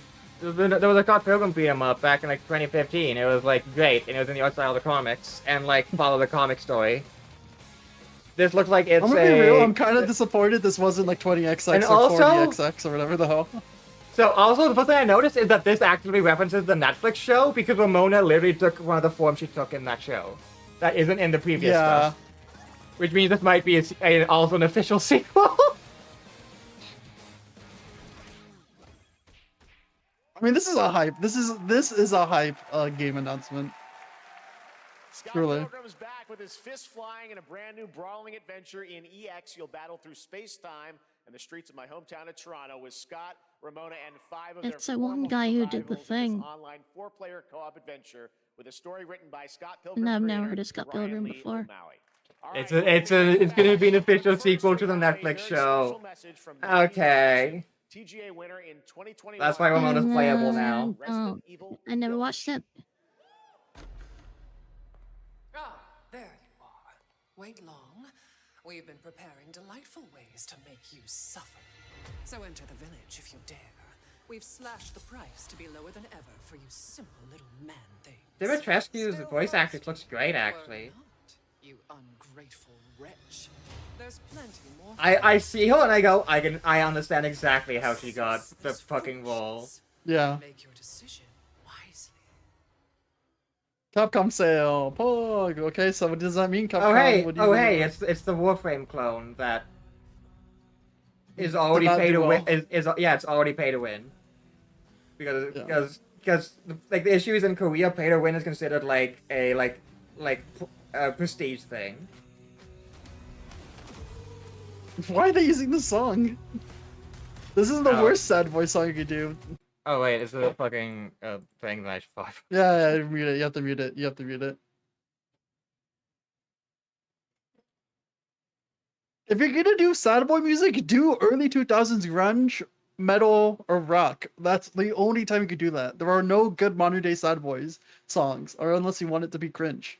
Now, when we get to like 2040, then you could use 2020 fucking sad boy music.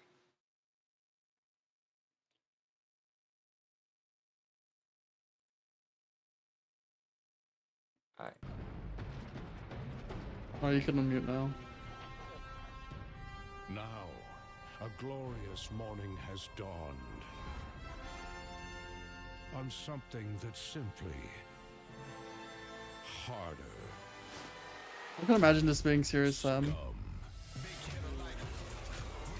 Oh, really? This game? It's been years. I also have to mute this one. Yeah, this game Yeah, isn't my- good. It's never been good. My brain does recognize Scum. This the was like full launch? this is like oh, it's People- actually launching? Oh my god. People have given up on that for years. Yeah, like 2017, 2016, that game was like revealed and it was like, oh my god, look, it's so cool. We have perk systems, skill trees. It's like, okay, is it a good game? No. It's never a good game.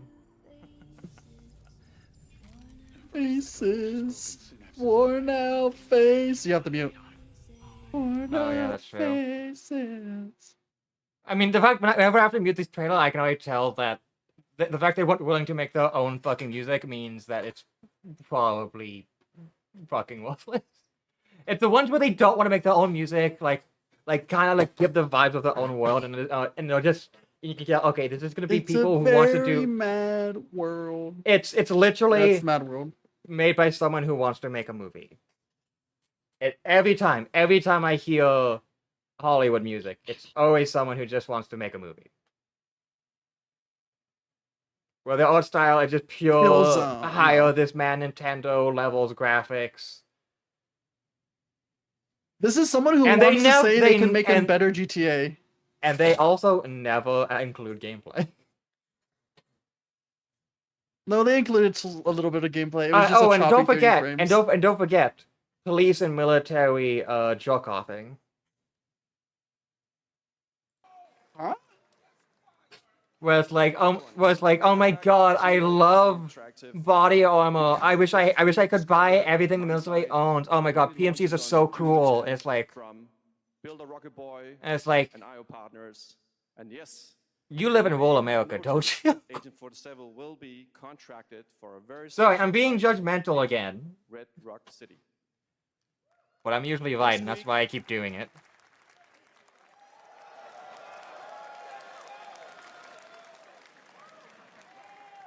This week we finally revealed 007 First Light to the world, and your reactions were heartwarming. It's coming in 2026, but we want to make the wait more exciting. We are bringing someone into Hitman, the World of Assassination, who is very dear to the Bond universe. Let's take a look.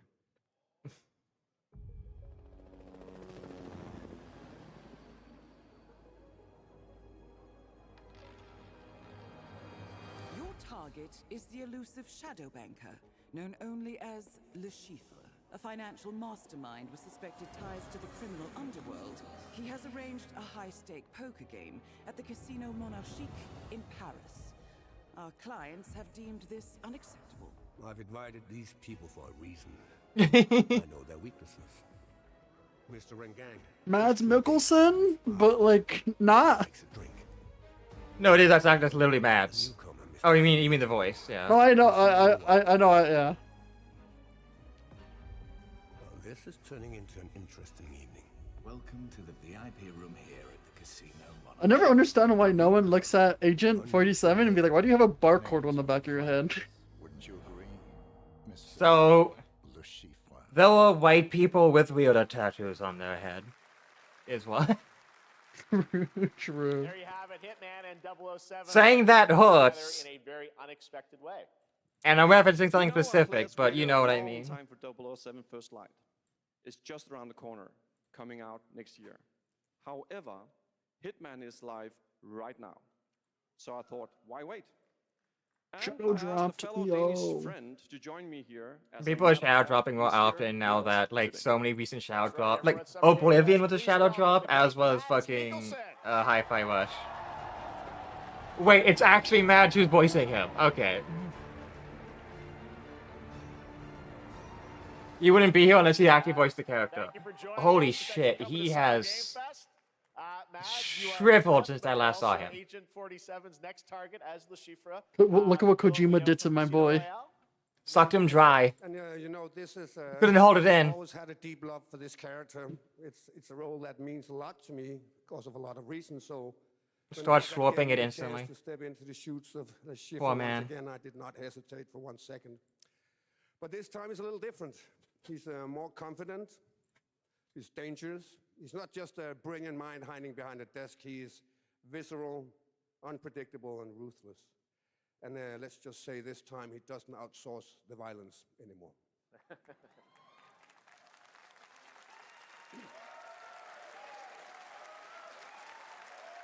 So this mission is set in a casino in Paris. We want to make an homage to the movie Casino Royale while keeping surprises for our players. James Bond and Agent 47 have very different... Oh dear, He looks so drunk. Yeah, he kind of looks to be drunk. Yeah. Yeah, he's not going to beat me in poker. He's going to figure something else out. So I guess it is not just about the shot, it's about the bluffing around the table this time? Yeah, sure, exactly. It's the Chiffre is always like 2 steps ahead of you. He reads you before you read him. So He is kind of slowing. Yeah, I think he might actually be drunk. You're right. He's slowing his speech a lot. Parts, unexpected characters, appearances, and even custom poker mechanics. Wow, all right, well, when do we get to play this? Oh, hell yeah, poker. Time for everyone to start playing it and then realize they don't know how to play poker and lose. Yeah, I barely know how to play poker, and I think that game's a dog shit game. Balatro, though. Balatro. I would play Balatro right now if someone bought it for me. You will unlock a unique reward in 007 First Light. Amazing. All right. Well, Hakan Mods. But obviously that comes with the issue of Game Fest. Appreciate it, guys. Thanks for Thank you having so me. much. Thank All you. right, great to see you. because then I just immediately install the Yu-Gi-Oh mod and play Yu-Gi-Oh! Now here's the Balacho. announcement of a new party game coming later this year that will delight LEGO fans, made with over 1 million LEGO bricks, 300 minifigures, and over 700 trillion minifigure combinations. It's Saturday night somewhere, so make some noise for LEGO Party! Get ready For a nail-biting competition. We're minifigures, Dad. We don't have This is gonna be my fucking Fusion Frenzy. Ain't it, huh? But will you be helped by I miss Lego Aces. Xbox, please. Xbox, please bring back Fusion Frenzy. I need miss that shit in I my- need I that miss shit. Lego Races on the PS1. Sad now. What about our amazing mini games, Dad? We've got more of them than you can count. more than 10?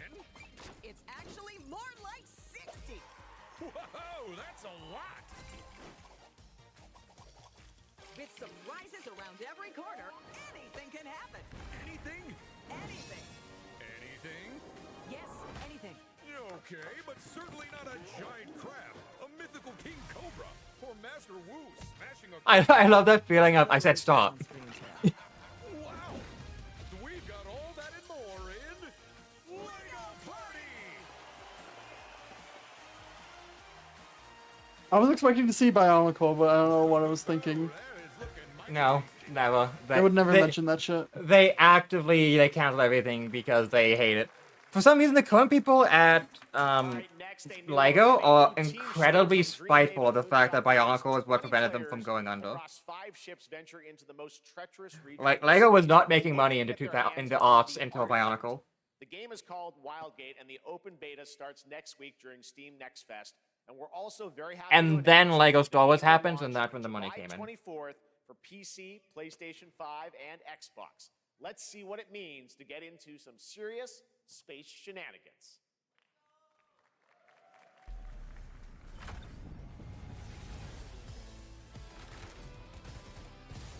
Danger. Reactor overload.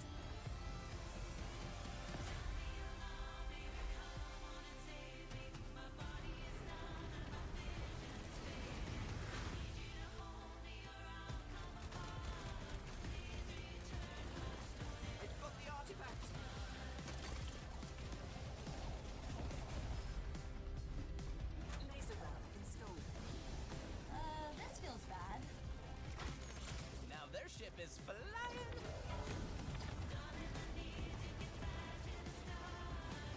Is that the artifact? Stay with me.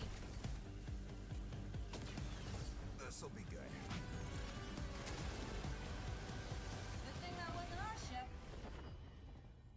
Again, like, I want more games that experiment with the controls of video games. Like, more of, like, how about we do it so we don't have FPS games that need precision aiming? I don't want to precision aim in a casual FPS game, fuckers. Nobody saves the world. Please. They're making a full 3D game that can be played alone or with a friend in co-op. You can find out more during Day of the Devs right after the show, but for now, here is the global reveal of Blighted. Looking over this decaying world, one can only wonder, how did it all come to this? It began with the ancient rituals, the dead buried with a seed from the trees of memory. Those who ate of the fruit saw the lives they lived, and passed their knowledge to future generations, until Sorcisto, in his lust for power, consumed the brains of the living. Zombies. Spreading this blight. It's always zombies. You harbor it too, I see.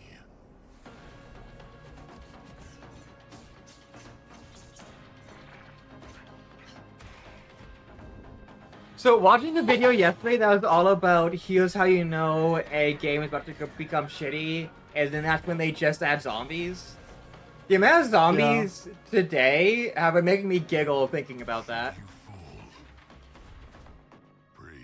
When you don't know what to do or what combat to do or what enemy type to do, you can always just go to zombies. It's the easy swap. Yeah, It's it means easy swap. it means the enemies don't have to do anything. They can just walk at you and be like, "Ugh." Yeah, and they dynamic enemy types? No, zombies. Right after the show in Zombies. Depths. All right, next is a first-person survival action horror game from Team Clout. It's a new team of 50 with founders in Canada and Armenia. They Wow. partnered with the new Munfish Powerhouse label to bring this insane Unreal Engine 5 game to life with unpredictable monsters and visceral. Like, I feel mean that I'm being really like petty here, but like, come on. How is this the most people could come up with?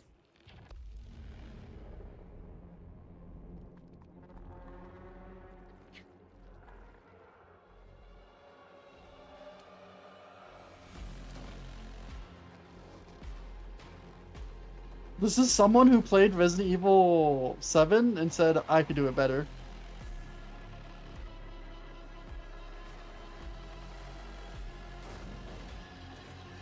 So here's what like I'd actually do to discuss. Like, the reason Resident Evil works is because the zombies aren't forever.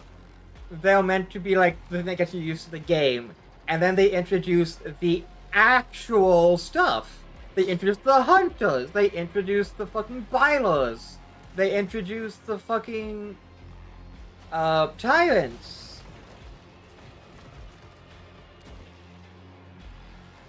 The giggle fuck engine. True. And the entire like end point of the game is like you are never fighting zombies. You're fighting like plant creatures, and there's like immense like lore that's explained every single one and how it happened, and like give you like something. This is just. It's just ooh. It's like ooh. Like zombies though. It's zombie slop. Poor little baby. Meanwhile, I love me some Mecha Slop. Hell yeah. Give me. Mecha Slop. Give me We that. need more American Mecha Slop. Like good American Mecha No, Slop. American Mecha. No, give me Eastern Mecha Slop. I don't. We need Eastern Mecha Slop for the American audience. That's what we need, and this is what it is. This is it. This is what's gonna bridge the gap. Clamoring to know just one thing: when is the release date? Well, here's Mecha Break's latest trailer with the answer you've all been Shadow drop. It's gonna shadow drop. Growing Martian zones force the Thalassic Federation to advance its Project Enterprise.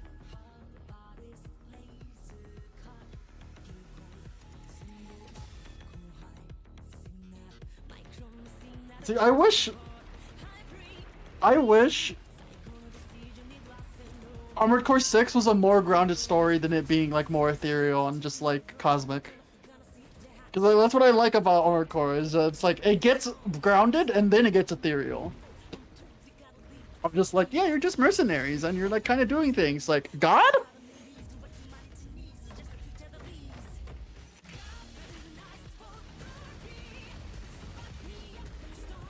You might have to mute this. I don't know.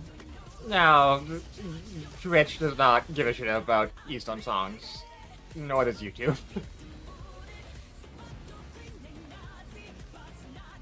It's like, Mecha Break has, like, a mecha I like to play as a multiplayer, as well as a good story mode that I'll be interested, so I will actually be playing this game. On top of, like, having, like, both mech and pilot customization, which is what every game talks about! They go, nobody cares about the pilot, it's only the mecha, and I'm like, you're only slightly correct there. Like, if you're gonna show the pilot, you have to let us customize the pilot, otherwise you must never show the pilot. Besides give us, like, a voice.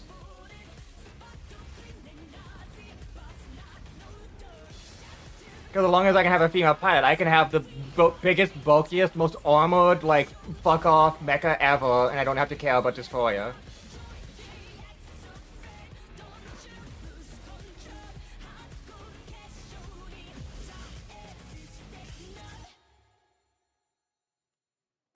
July 4th. Holy shit. I think one of my favorite June 1st.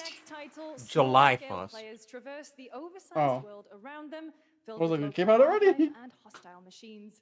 Built by a small 8-person That would be studio, funny if it this did. is Infinitesimals.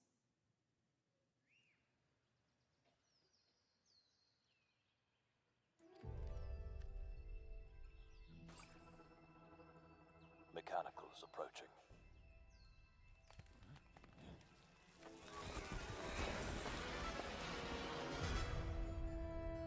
Bugs. I'm the bugs now.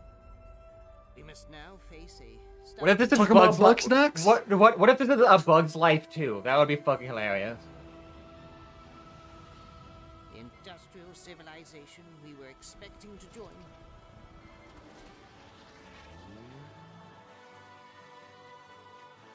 Is no more. This is actually super coded to like a Bug's Life in that one Ants movie. Yeah, that one Ants movie, yeah. Yeah.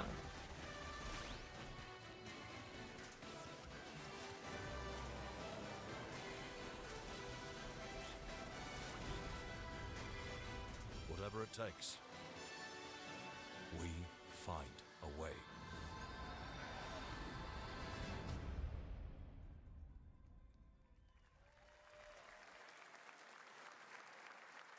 "2026 marks the 30th anniversary of a legendary video game franchise that I think we all know very well. Yeah, they look pretty good actually. Check this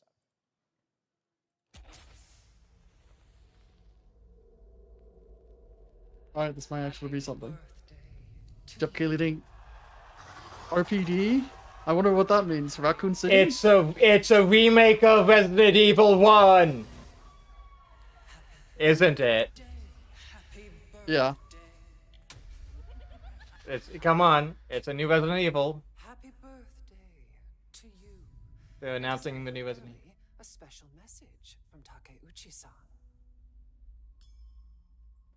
You're right! Half the things have been zombies this fucking stream, hasn't it? Listen, Resident Evil's the only one that does zombies right. You're right. It's the one time where I'm like, I'm not gonna be unhappy about this. Like, but like, it's really adding up. Where I'm like, why the fuck is zombies coming back again? This pisses me off.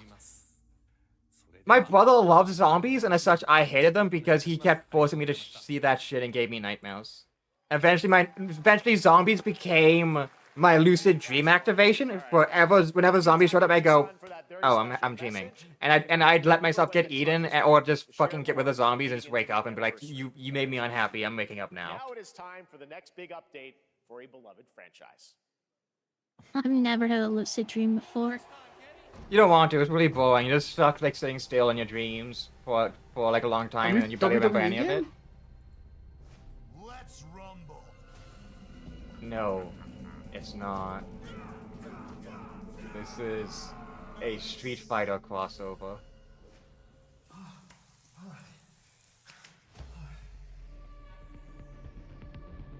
Sea Viper? No one likes Sea Viper. Fuck you. Wait, is this the fucking Mega 64 guys? I don't know. I can't tell. It reminds me of it. Ingrid? Oh no, these are people. This was made by some fucking intense Street Fighter fans, if they're including Ingrid. Oh, we're about to see some genuine horrible nonsense.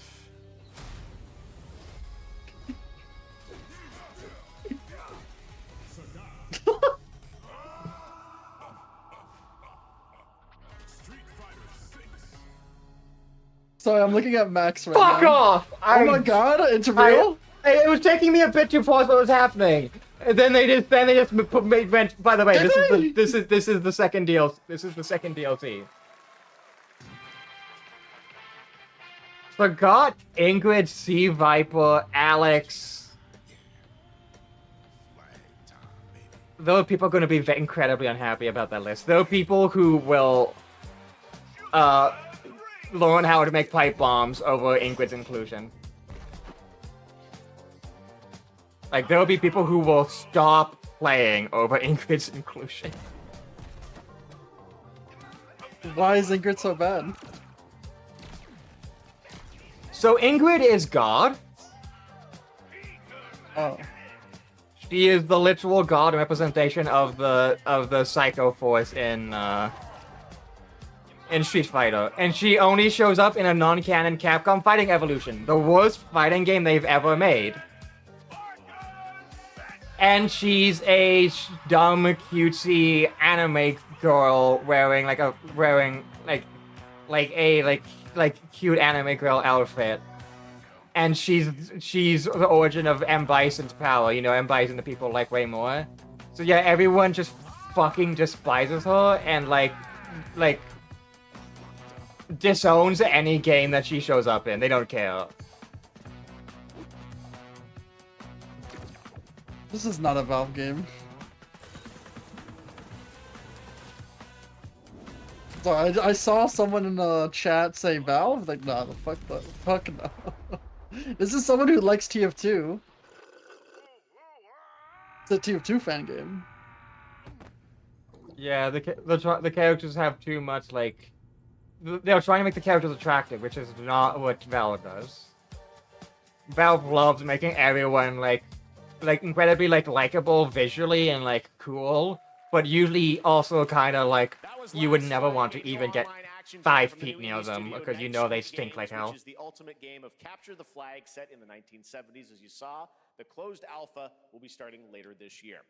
Next, we have a beautiful new trailer for a Souls-like action RPG game developed in China by Lenzi, Wuchang Fallen Feathers, which is launching on July 24th. Here's a look.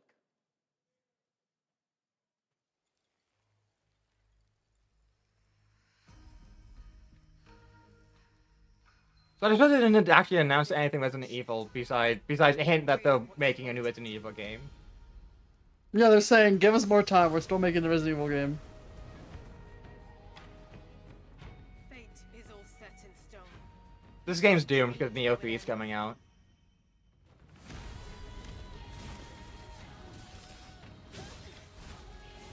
Like that's the main problem with every single like samurai game that's coming out. I'm like, Ghost of Yotai and Neo is coming out. Please wait like 3 years before you release, or you're doomed. Yeah, Neo coming out is really gonna fuck this up because it's like. Also, Onimusha can Onimusha like this thing's lunch is gonna be eaten. Everyone's stealing each other's lunches. It's been happening so much. What will it take to finally awaken you?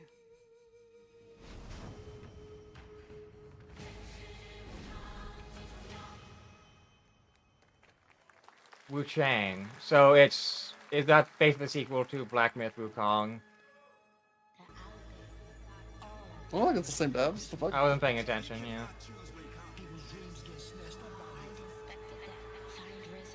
Is this the? Yeah, this is Def Jam. Is this? This is Def Jam. Yeah, is this is Def Jam. This is Def Jam. Def Jam? No, that's Wu-Tang. No, please.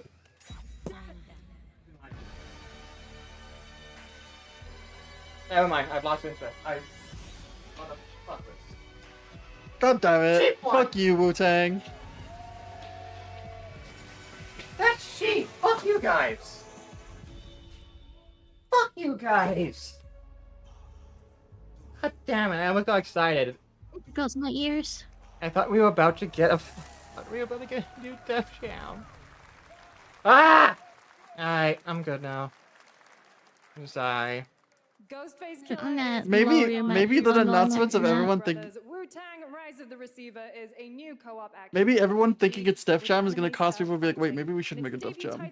Because like, I'm sure no one was like expecting anything else than Def Jam. Now here's a new look at Guild Wars 2, which has new updates including player housing and is free. Oh my god, new! Someone go ring new! Stop eating, slaps food out of mouth. All weekend long.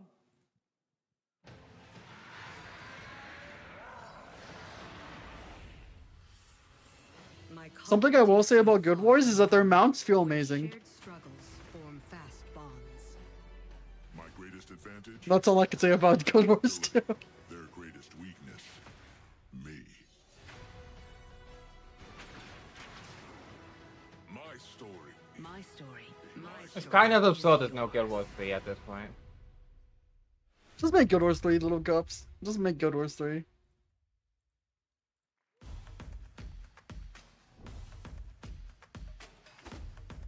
The Epic Game Store.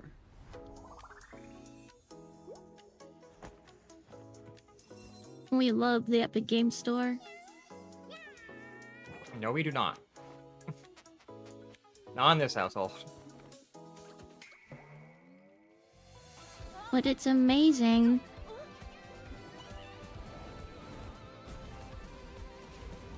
How does the PlayStation event have more better third-party games that are cooler than this event? I mean, if you haven't noticed, every single one of these games is subsidized by Epic Games Store. Yeah. A new Genshin Impact game, on like the 15th one. Whee, yippee!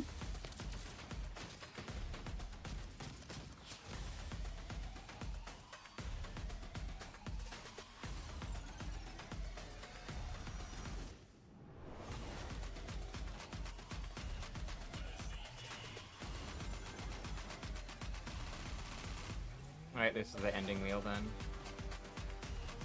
No, this is the Epic Games reel. This is where Epic Games bought their slot to advertise Epic Games. Again, once we hit Jeff Keighley crying on stage, sucking the dick of Gabe Newell, this won't end. Long story.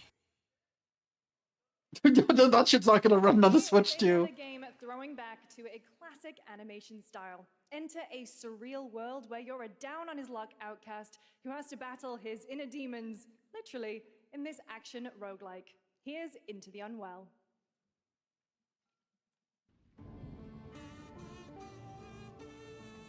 This shit won't end until yeah, we have it now. Until Jeff Keighley, what the fuck? No, until Jeff Keighley starts like actually, legitimately, no joke, like tearing up, like while he's saying like this next game, the ending game, this a platform, yep, and like unless he's like actually crying, it's not the end. Like Yeah, no joke, I'm not joking. Just starts crying. It's so Pete, guys, you don't get it. And then we're gonna show us another mid game from Naughty Dog or some shit.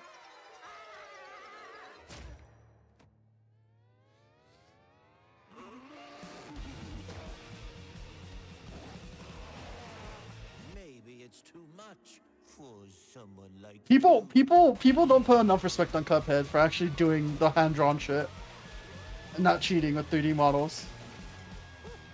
Delusional. It won't always be so easy.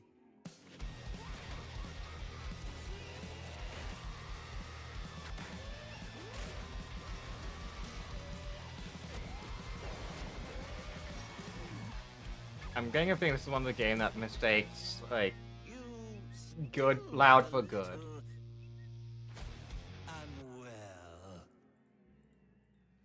Yeah.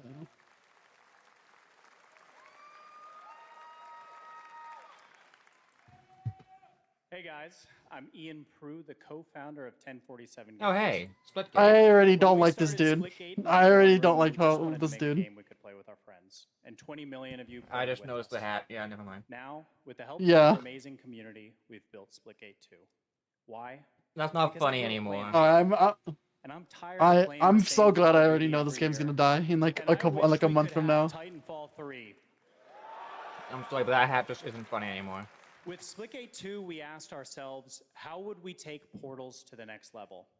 What if you could portal to entirely different worlds? So we combined fact, right now, that's an action, incredibly movement, and deaf gunplay hat of to be arena wearing. shooters with the scale and intensity of something much bigger. Splitgate Battle Royale launches free right now, and it's fucking awesome.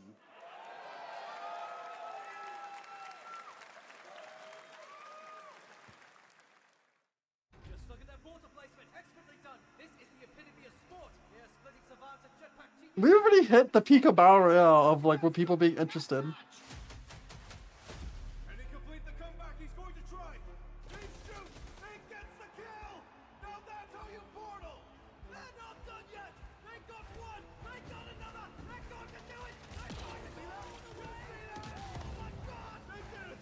They actually did it. Guys, where we dropping? Tomato Town.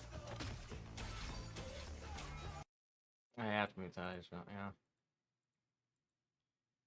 I mean, Apex Legends ain't doing it anymore, so this might take up Apex Legends lunch. Legit, like no joke. Yeah. They really need to have their own music. Also, yeah, make the game that people liked because it was a Halo-like into a Battle Royale. I mean, that's hey, already what Halo is doing. I mean, yeah, Tuchanka. So this is gonna lose because imagine this, but with the Halo music in the background. Like the thing about Halo Tuchanka is I can see it because my brain goes, you drop in and you start hearing Walking Through the Woods, just and then as it slowly devolves into chaos.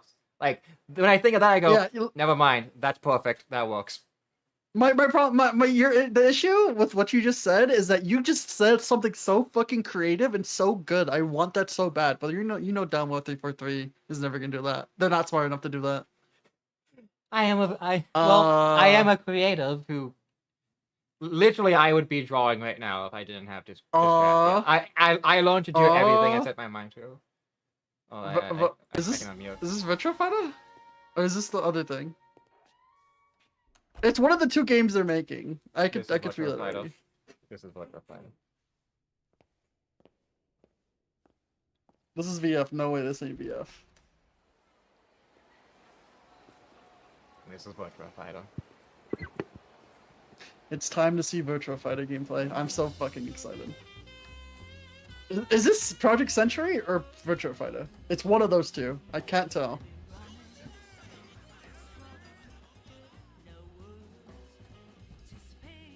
I mean, Project Century's main thing is that you were playing like a Hong Kong person or something. It's might be Project Century. Yeah, it's Project Century. We already saw the HUD or the menu for it.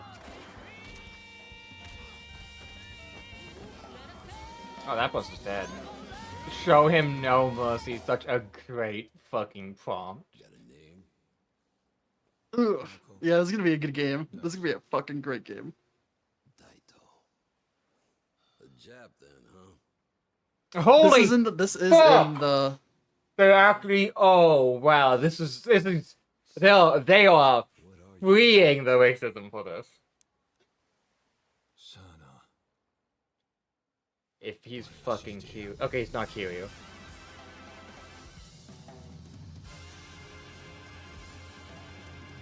Its real name is Stranger Than Heaven. Stranger Than Heaven. Good name.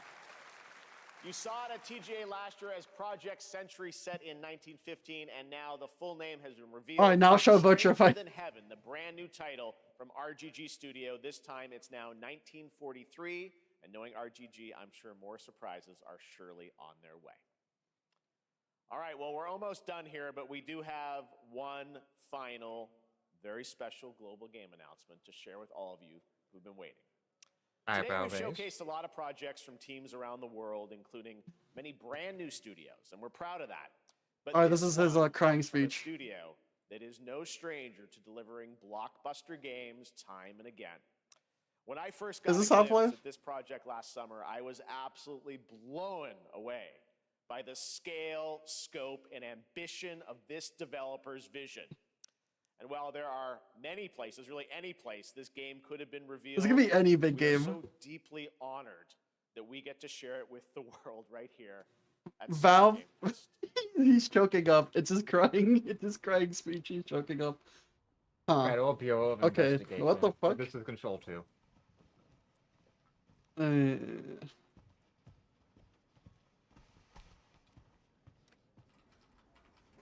Yep, it's Control 2.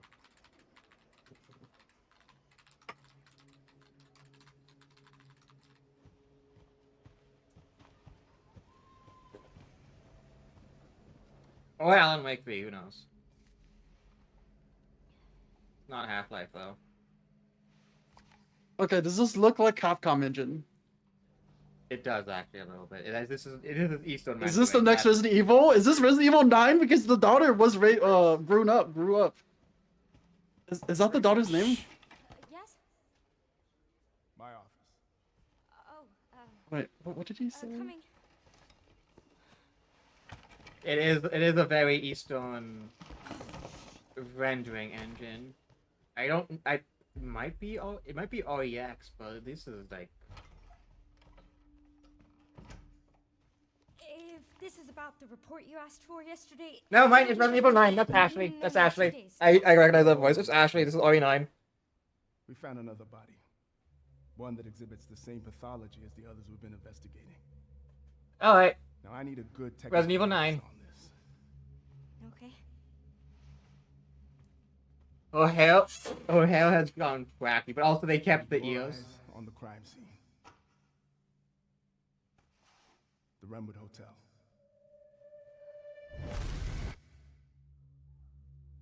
I know that's where your mother was murdered.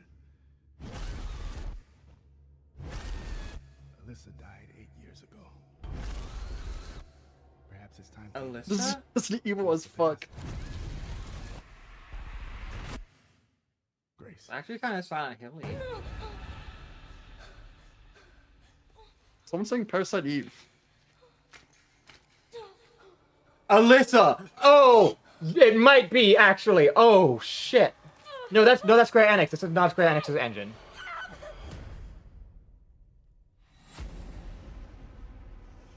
Stay close.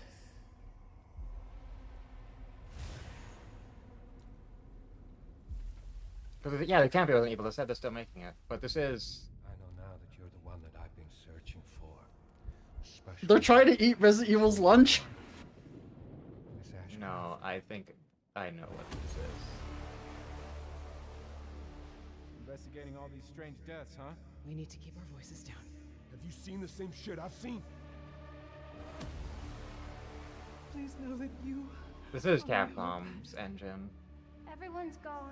Raccoon City Police. No, this is RE9. Oh no. Raccoon City after the bomb!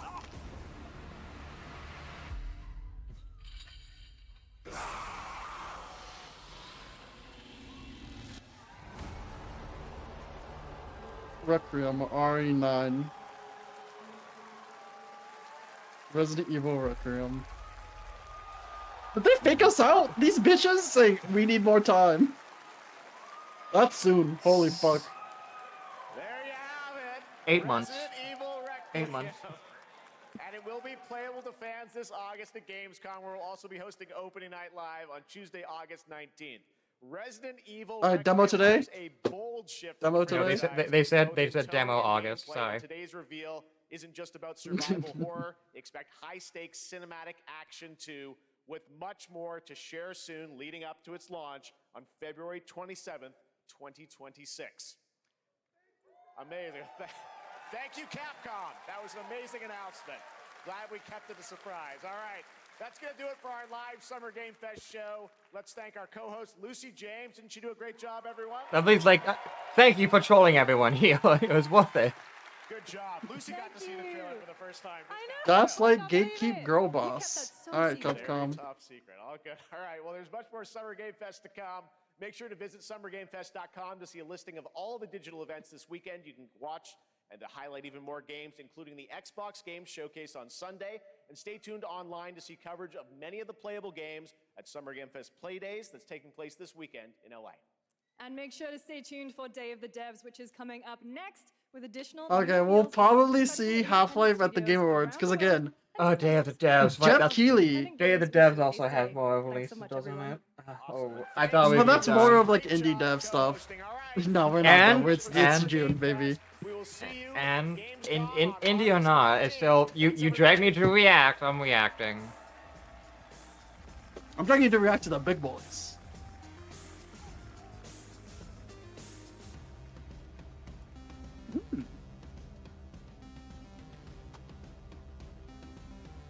Jeff Keighley was promised from Valve Half-Life Alyx reveal, and when he wasn't given to him, Jeff Keighley had a blood debt to Valve, and now... Oh. Ow. Oh my god, holy fuck, that's loud. Yeah, we're not done yet. We still have it right now. We got some dev shit.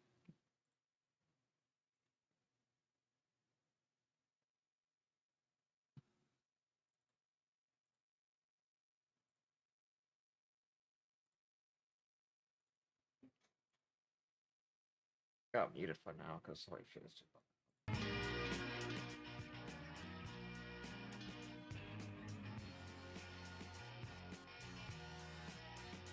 No Virtua Fighter 6? When are we gonna see gameplay of this fucking game? It's making me upset. Hi, upset. My name's Tila. I will eat you for lunch. How many times did I beat you in Strive? I will. I believe eat you. I believe you went. I believe you went. You ain't gonna touch me in 3D fighters. You ain't gonna touch me in 3D fighters. Yes, I am. I don't consider Soul Calibur a 3D fighter. No, you have your But it 8 run is. bullshit. Your 8 It run. is. No. And Get me out of here. And by the Get me outta way, here. I have Tekken 5, 6, and Tag Tony 2. I've played. Yeah. I just don't have a character I like is the issue. Yeah, the only character I liked in fucking Soul Calibur was Aswell, but even then it was kind of just like For me, it's True Ogre, but he can never come back, so I have no one. Meet me in Virtua Fighter beta. meet me in the Virtua Fighter beta, whatever the fuck that comes out. Oh, let me go get my Virtua Fighter 4 Ultimate that I have, no, Evolution that I have over in my fucking closet. Because I also play Virtua Fighter 4. I play Kage and Go. Have a bloody war where I play Sting or Xion. Come on. You seem to not understand. I've been here 10 years. I was playing games before you were born. I was playing fighting games before you were born. Remember that, bitch.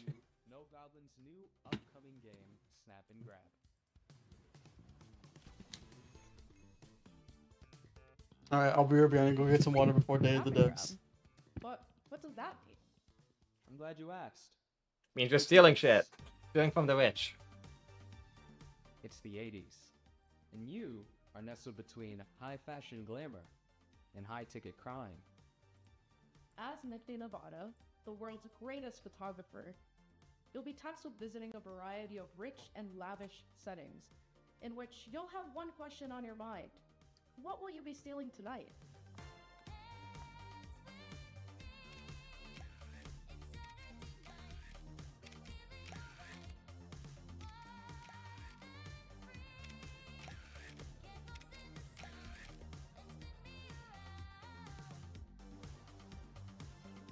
In Snap and Grab, you will do cool crimes with only your camera and your crew. As you visit each venue, you will snap a variety of high-ticket items, and anything that might help or hinder your crew's chances of getting to them. Then, you're done snapping. You'll use your photos to assemble your own step-by-step plan for your crew to grab your future possession. Just be sure to consider anyone who might get in your way, including Rio, a detective who's been on Nifty's trail for quite some time now. Who knows when she'll catch up? As your anonymous deeds make headlines, you'll attract new crew, giving you access to new ways to snap and grab. Will you be able to plan the next perfect heist? Or will your heist fail spectacularly?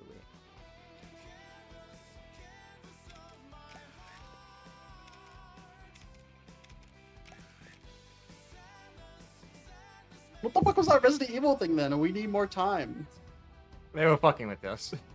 We can't wait to see what you plan next in Snap and Grab. I'm gonna go eat dinner in a bit. Next year on Okay. PC, Mhm. PlayStation 5, and Xbox Series X and S.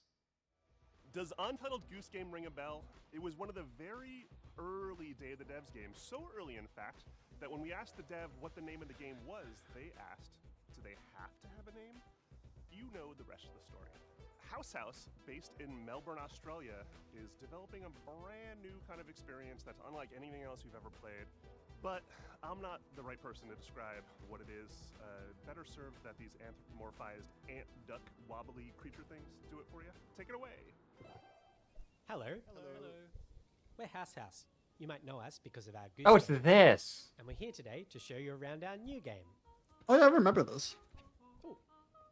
It's a cooperative multiplayer adventure made It was for supposed to be a friends social game for people to like Big Walk. I hate this term, but it's getting popular. It's a friend swap game. It's a tricky game to describe. Among But Us, it's mainly about doing two things. a Repo, And walking. Lethal Company, friend swap. So talking.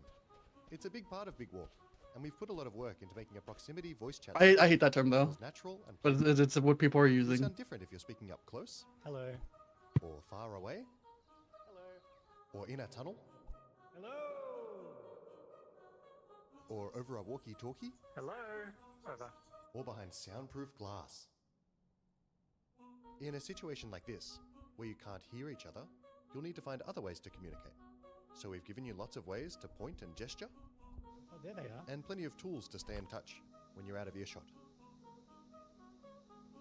And if you can't use voice chat, or you just don't feel like it, we've also made a proximity text chat system, so you can play the entire game that way as well. Hello. The game is set in a big open world that we've filled with all kinds of stuff.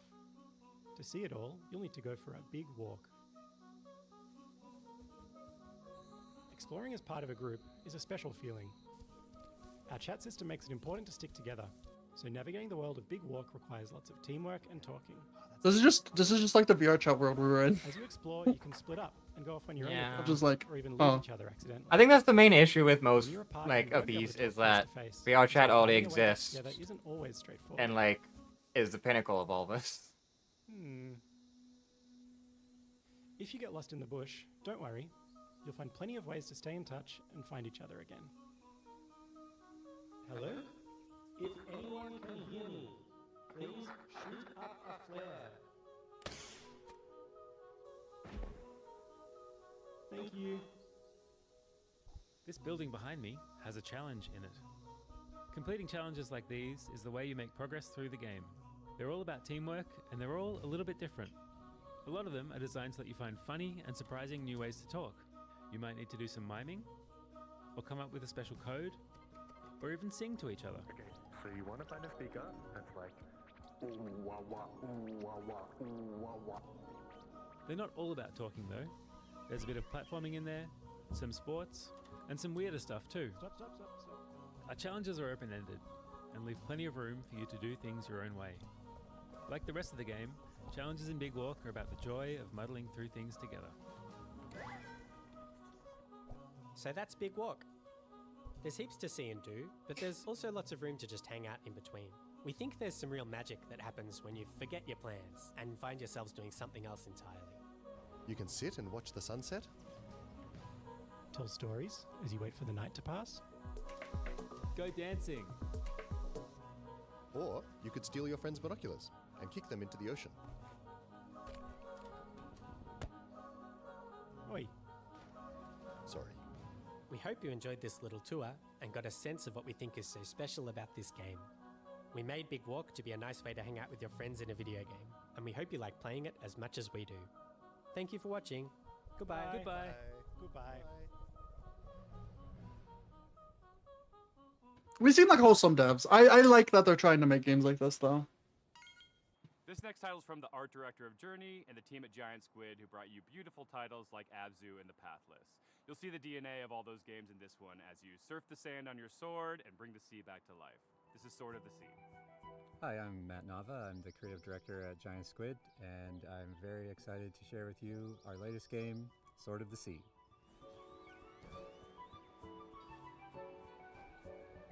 Sword of the Sea is a atmospheric adventure game where you surf on a sword.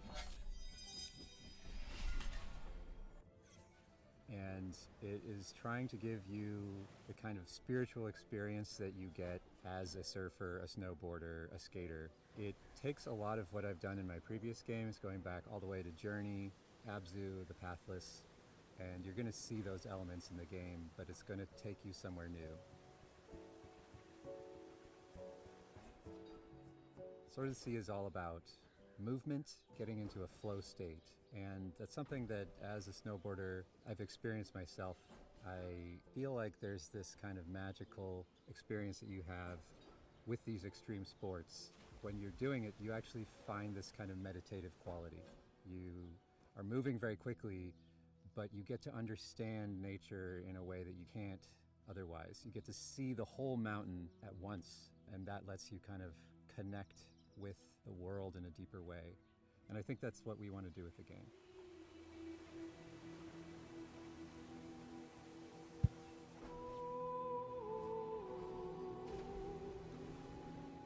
I'm really excited because Sword of the Sea has music written by Austin Wintory, a longtime collaborator who I work with on Journey, Abzu, The Pathless, and he's done countless other games scores. It also has movement inspired by the old skating and snowboarding games. So if you played the Tony Hawk games, if you played the old snowboarding games, you're going to love the way that you move in Sword of the Sea.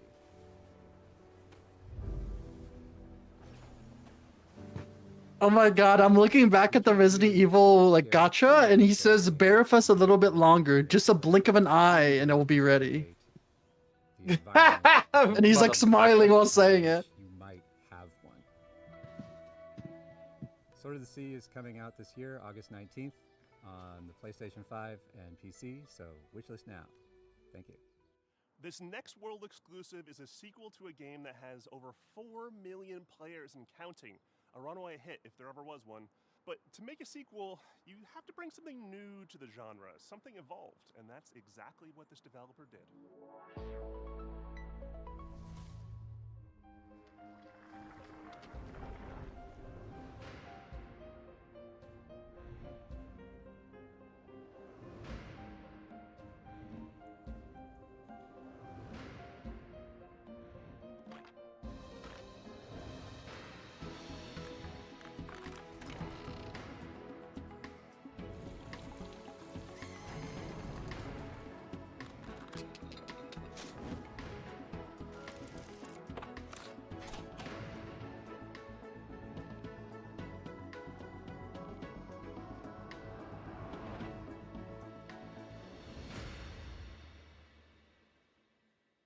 Escape Academy. I'm Wyatt Okay. with Coin Crew Games, and we're here to announce Escape Academy 2, Back to School, the sequel to Escape Academy.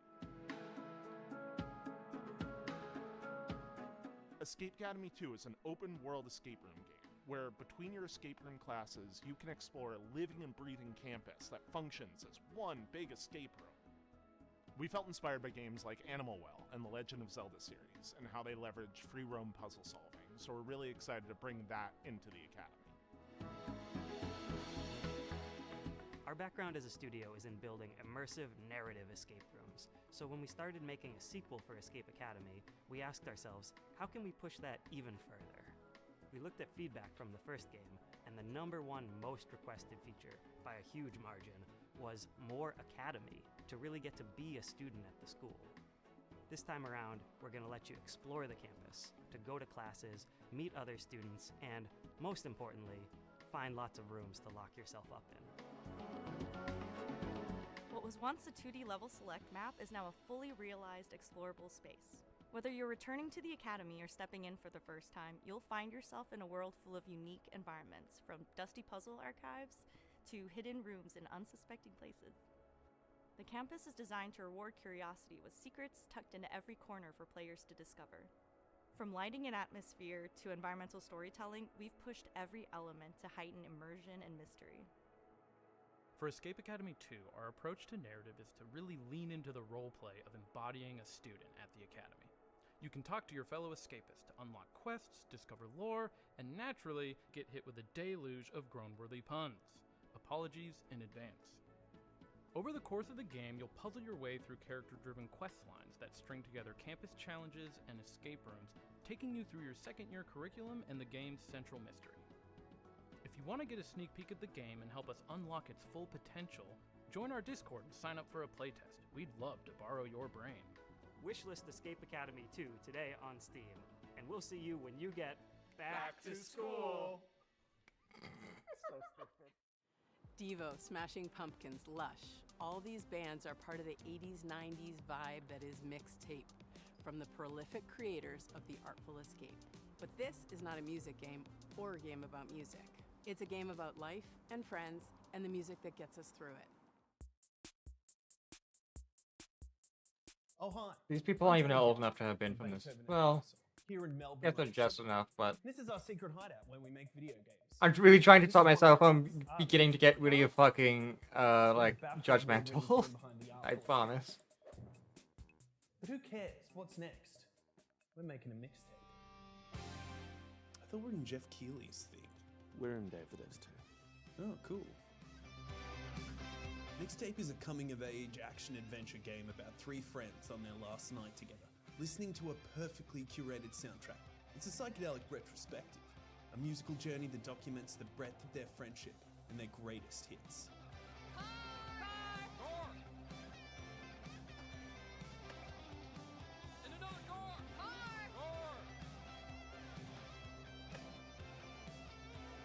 The whole game is a mixtape.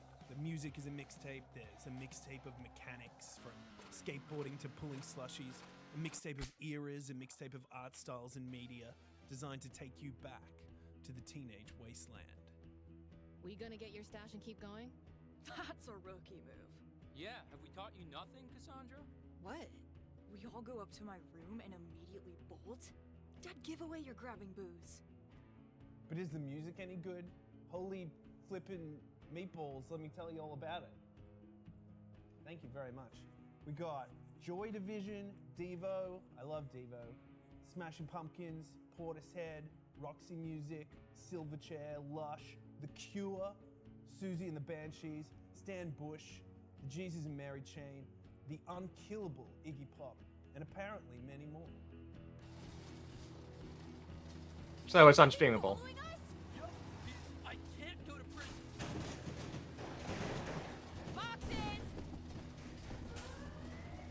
I think so. I don't think you can, unless they have like a thing where it's like, and streamers are able to do it without getting copyrighted, or some dumb shit like that. What are we doing? If death looks you in the eye, dude, don't blink. Play it on Game Pass Day 1, wishlisted on Steam, play it on a PlayStation or Epic or whatever.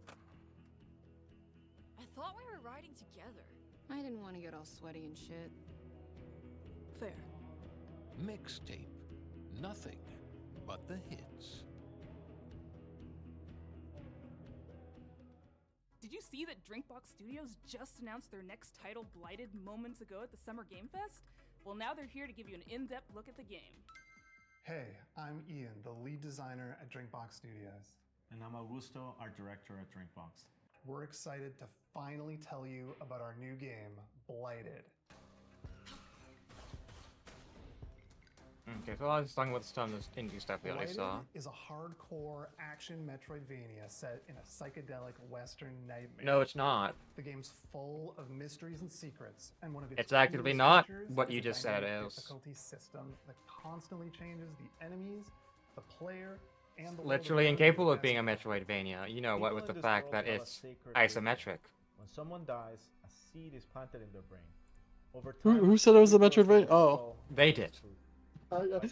Oh, I'm a bit delayed compared to you. Why the fuck did they say it's a Metroidvania? I guess because you need a backtrack? That is, until the one they call Sorcisto defiled the ritual. He discovered that by eating brains raw, he gained immense power. Sorcisto ate the fruits, destroyed the trees, and devoured your entire community.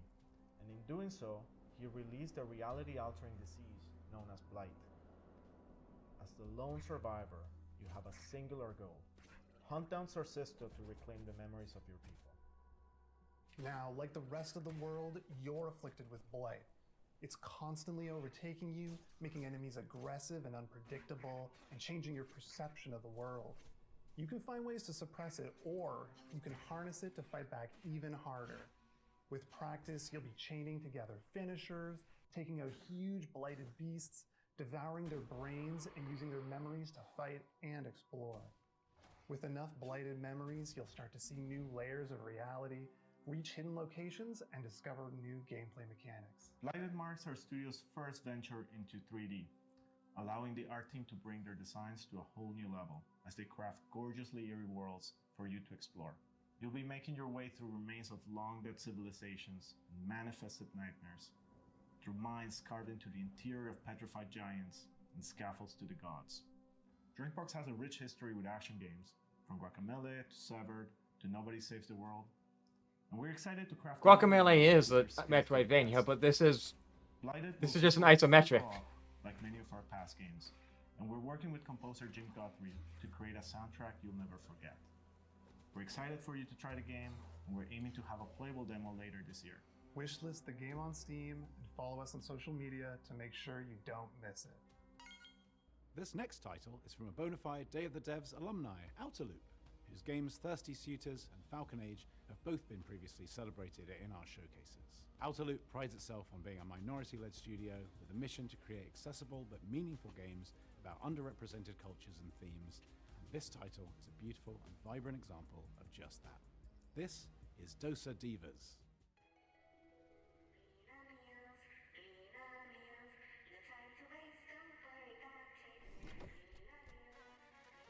Lena Meals. Packs a punch.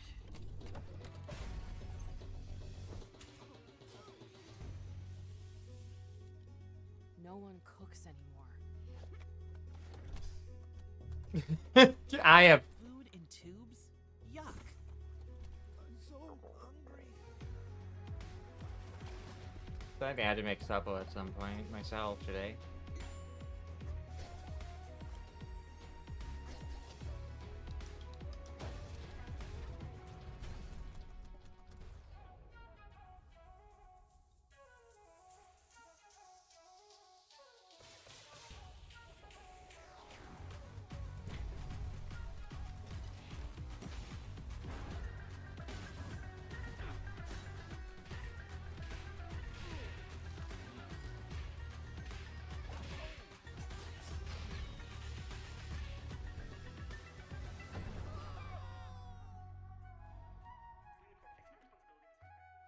Hi, I'm Eka, Creative Director of Outer Loop Games, and I want to introduce you to our new game, Dosa Divas, a spicy narrative-based RPG.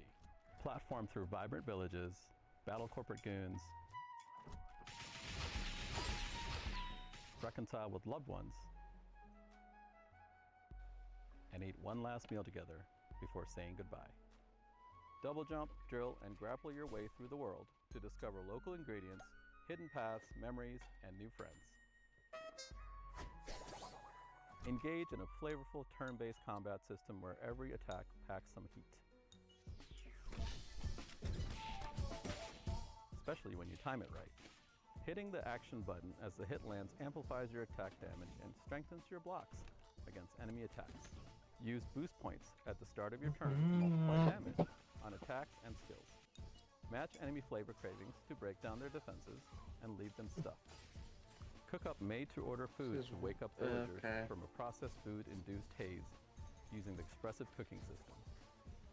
Delivering delicious, hearty meals reconnects communities with their culture, history, and shared memories, and increases your reputation. Serve up looks by customizing your spirit Met Goddess. Create your own spicy style with custom wraps and accessories. Dosa Divas, our spicy narrative turn-based combat RPG, will be out in early 2026. Thank you.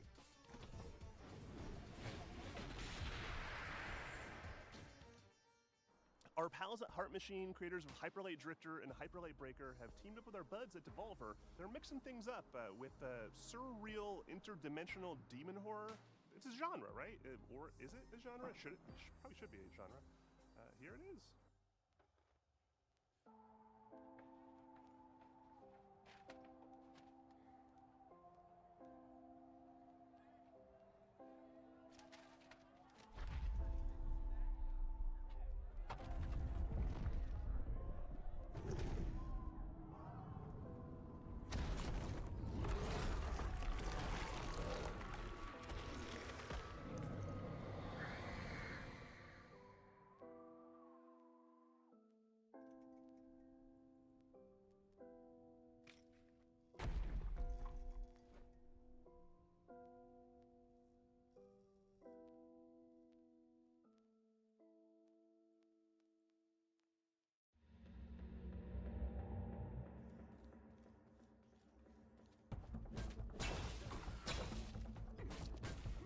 You know, I remember the fucking one PS2 game that was where you played co-op, and if a character died, they died forever, and you only had like 5 lives because each life's a character.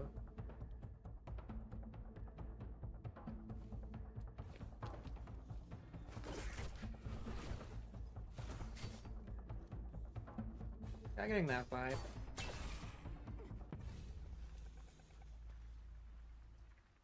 I'm Miriam, producer at Heart Machine, working on Possessors. Possessors is a search action game set in Senzu, a corporate-run city which has been overrun by demons. What you've just seen is one of 4 animated shorts we made with Powerhouse Animation. They each tell the story of how a character or a creature from Possessors survived the attacks of the demon, or how they perished. In Possessors, you play as Luca, a teenager from Senzu who was injured in the disaster. Luca was forced to make a deal with a demon named Rem for both of them to survive. Rem possessed her, healed her, and made her strong. Oh Now Luca and no! Rem are Oh my stuck god! Don't together possess me, and Rem! Oh forced my together. god! They'll Like, have to climb Senzu skyscraper. if they made Rem like a horrifying monster that like was like disgusted by themselves, they're like, okay, but making it a pretty boy defeats the entire point of it being a demon in the face of everything else. Happened by sharing their memory of the past. On behalf of the team, we're all very excited for you to play Possessors, which comes out later this year. In the meantime, you can wishlist Possessor on Steam, or try Luca's new demon power for yourself. A demo of the game will be available later today. Yeah, making the demons pretty for that type of like fucking story defeats the point. And its satisfying dungeon to market gameplay loop. I mean, you still want the fucking like fan art shit, but so you don't, so you refuse to actually commit to like the like horrible shit. Including an expansive 3D world, a big Pisses change me from off. its previous pixelated form. I hope you're as excited as I am to take a peek at Moonlighter 2: The Endless Vault. Hi there, this is Isra from Digital Sun. I'm beyond thrilled to share this event with you and show what's in store for Moonlighter 2: The Endless Vault. Moonlighter 2: The Endless Vault is a sequel to our beloved shopkeeping roguelike. As in the first game, here you venture into ever-changing dungeons to fight enemies and find relics. Then you go to your shop, sell your loot, and turn it into a profit to get better gear. This unique blend of gameplay is what made the first game so special, and now we're bringing it to a whole new dimension of quality and ambition. Talking about new dimensions, this entry begins in Tresna, a blood-brimming town. Here, Will finds himself stranded after one of his adventures. He won't be alone though. Old and new faces will join him along the way. For now, let's jump straight into the portal, where every adventure unfolds and both battles and looting take place. From the arid lands of Hodu to the grassy landscapes of Aeolia, each biome offers new mechanics, enemies, and rewards. Combat has been vastly improved, with some enemies specialized in ranged weapons, while others focus on close combat. Once you clear a room, several things can happen. You might find a perk, in-run effects that can increase Will's power and unlock new abilities. The other option might sound familiar to veteran merchants, as you can also stumble upon a chest. Inside, you'll find tons of priceless relics. Depending on where you place them, relics will unleash all kinds of effects. Backpack management will influence the outcome of your expeditions. Unlike in the first game, you'll be able to see the base value of each relic, although backpack effects can double or triple your profit. Let's say that you keep the adventure running. Let's say that you even feel brave enough to face one of Moonlighter's 2 bosses. These battles will put your skills to the test. Take the so-called Herald, for instance.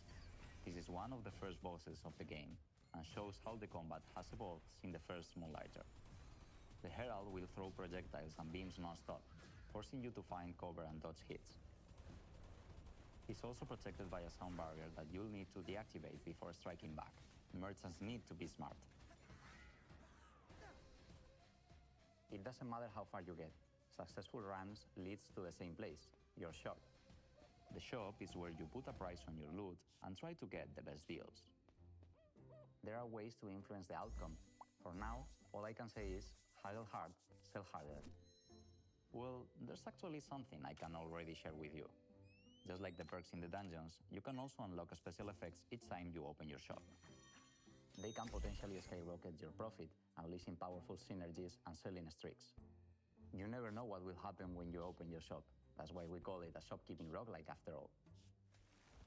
That's it for now. After nearly 7 years since the original Moonlighter was released, we hope you are as excited as we are. Please stay tuned to our socials for all things Moonlighter 2: The Endless Vault. See you in Tresna. Inspired by Pietro Riva's manifesto, Rejector, Thomas feels driven to advance our medium by creating games for new audiences and to hopefully entice those who might not be usually interested in playing a video game to take an interest. From Thomas Waterzoo, creator of Please Touch the Artwork, this is Please Watch the Artwork.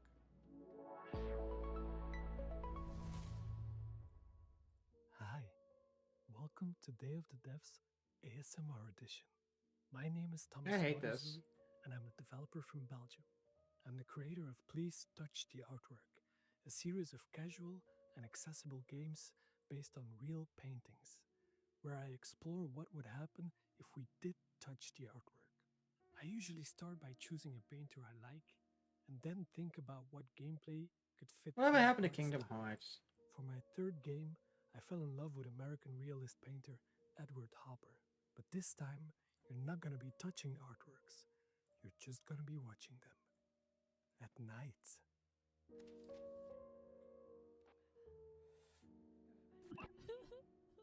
An anomaly game. Oh, okay, that would actually be pretty good, actually. Artwork is a psychological spot the difference game, where you are a night watch at the Museum of Animated Modern Art. In short, Okay, yeah, the moment someone makes a fucking simple. observation duty game, but with a fucking budget and a half, is the moment that it becomes like the fucking game of the month like game that people go apeshit for. Clown wandering around, spreading their sadness over all the paintings. You're gonna need a good memory, focus, and lots of coffee to avoid this from happening. If you don't know Edward Hopper, no worries. You don't need to know him to be able to enjoy the game. But he's most famous for his painting, Nighthawks. He depicted themes like loneliness and urban isolation, so for me it made sense to create a psychological horror game. I also wanted a mechanic that made people really look at the paintings, hence the Spot the Difference gameplay. There are no jump scares in this game, and no monsters. The only things that are chasing you are the feelings of paranoia, self-doubt, and maybe some nostalgia towards Hopper's America from the early 20th century. Okay, you've got some clowns, but they are kinda harmless. It's just you, the night, and the paintings. I don't have a release date yet, but you can now wishlist the game on Steam. However, and don't tell this to anyone, it's probably I don't gonna be know. around. Why does it sound like ASMR? I don't know. Thanks to Day of the Devs for giving me this wonderful opportunity, and I really hope you like this bizarre little thing I made. Bye-bye.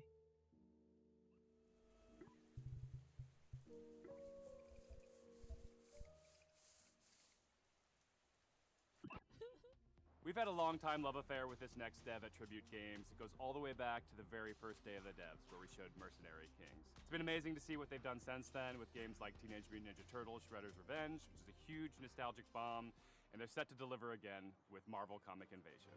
Hi, I'm Frédéric Gemus. And I'm Kevin Chiasson.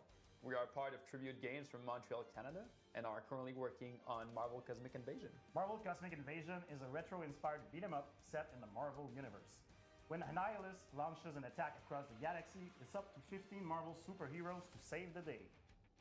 So far, we've announced Captain America, Spider-Man, Venom, Wolverine, Storm, Nova, Phyla-Vell, and we've just revealed that Rocket Raccoon and She-Hulk are joining the fight.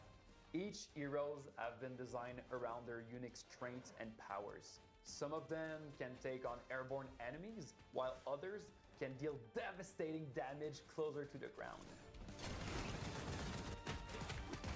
We also introduced an exciting mechanic, the Cosmic Swap, a tag team system allowing for instant switching between two heroes, creating powerful combos and unique strategies.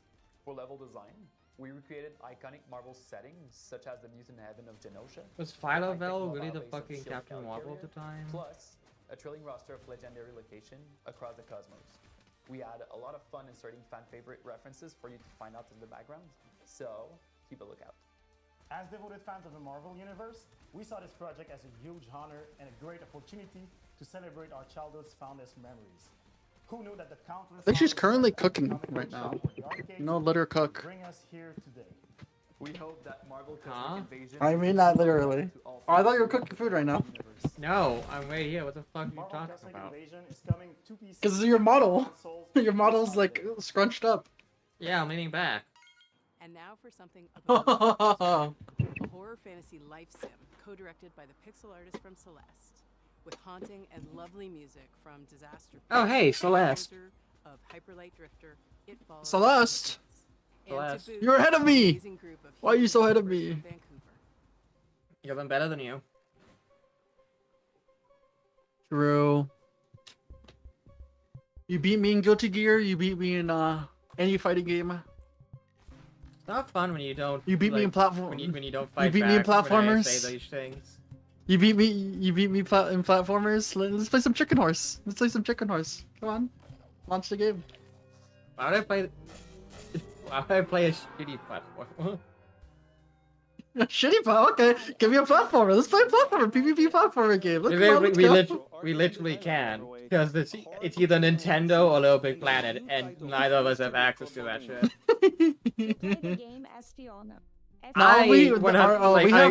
I can do platformers. It's just like some things requires time, or it needs like. But it gets darker. I can't have infinite control. If I can change my trajectory mid-jump, I am always gonna doubt myself and die. Because it's almost like I mean, I thought you didn't need to. I thought you didn't need to derust or anything like that. To keep your new life on track. Huh? You can do things like shopping at the Cellmart or paying your mortgage using your very own Luna OS computer. You can also be friends or even RPCX3 has native multiplayer for Little Big Planet, and the Little Big Planet too. Talking all this shit, huh? I would actually love to play like a Little Big Planet 2 with you. Like do the actual story mode.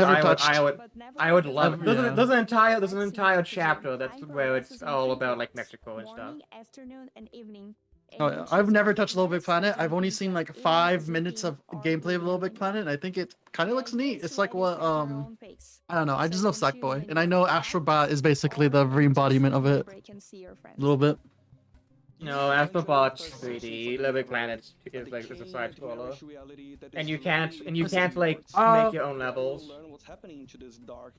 I'll try to figure out Little Big Planet. Which one? 1 or 2? If this sounds like your kind of game, you can wishlist Which Little Big Planet do you want me to research? Okay, I'll research it. I'll see if we can get it to play together. Yeah, find a way to get all the DLC too. Yeah, no way. I could probably get all the DLC. This one from a studio based in Johannesburg called Nyamako. Their previous title, the postmodern platformer Semblance, earned them a place on Forbes Africa's 30 Under 30 list back in 2018, along with a host of other accolades. And since then, they've been hard at work on Relooted, a heist game which tackles a political and righteous subject matter. Please take a look.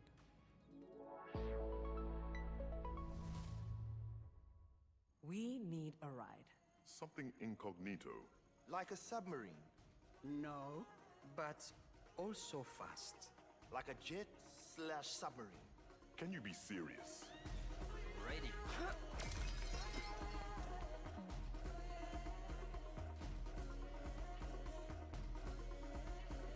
Hi, I'm Market, the lead animator at Nyamako. And I'm Sita, producer at Nyamako. Relooted is set in the near future, where a new treaty has been signed between the West and Africa. The treaty goes that all African artifacts that are on public display must be returned to their country of origin. But museums are using a loophole to avoid repatriation. They begin to only exhibit artifacts in private. Our heist crew is made up of regular people who band together to see these artifacts returned to their country of origin, operating from a hideout in Johannesburg, South Africa. Cuckoo, how do you do the mysterious playing, guy? Are you not tired? Rest. We have work to do tomorrow. In the real world, a French government report estimated that 90% of sub-Saharan African cultural heritage is in the possession of Western collections. That is millions upon millions of deeply important spiritual and personal artifacts, including human remains, that aren't in their rightful place. While the locations in the game are vague and invented, the 70 artifacts in Relooted are very much real. And as of today, it's so crazy that like actual like London or some museums just have stolen artifacts that the main countries think we have them back, and just are like pull up a big middle finger and be like, no, it's ours. Like, what? In reality, it had been sent and kept in storage in a European museum. In 2016, yeah, there are literal European museums that have a priceless artifact in the storage just because they want to keep it and not even show it off. In over 100 years to see the drop. It still remains in storage today. Before each mission in Reluted, players will receive a briefing where they can learn more about these artifacts, where they are from. Well, I mean, when you don't have any of your own culture, of course you feel someone He was else's. taken to England following the suicide of his father and the defeat of the Ethiopians by the British at Magdala in 1868. Reluted is a combination of action and puzzle. Once you pick up a target artifact, the alarm triggers, and you only have a certain time to get out before security arrests you. Yawn. The puzzle comes in figuring out your plan, and the action comes in executing it. Yawn. The heists are made up of 3 phases. In phase 1, you case the joint, collecting Yawn, information yawn. about where the targets are and what obstacles you'll face. You see, we should steal Pokemon from Spain or wherever the fuck he's at and take him to America or I don't know, North America. No, wait, no, he's already in North America. He's fucking French Canadian.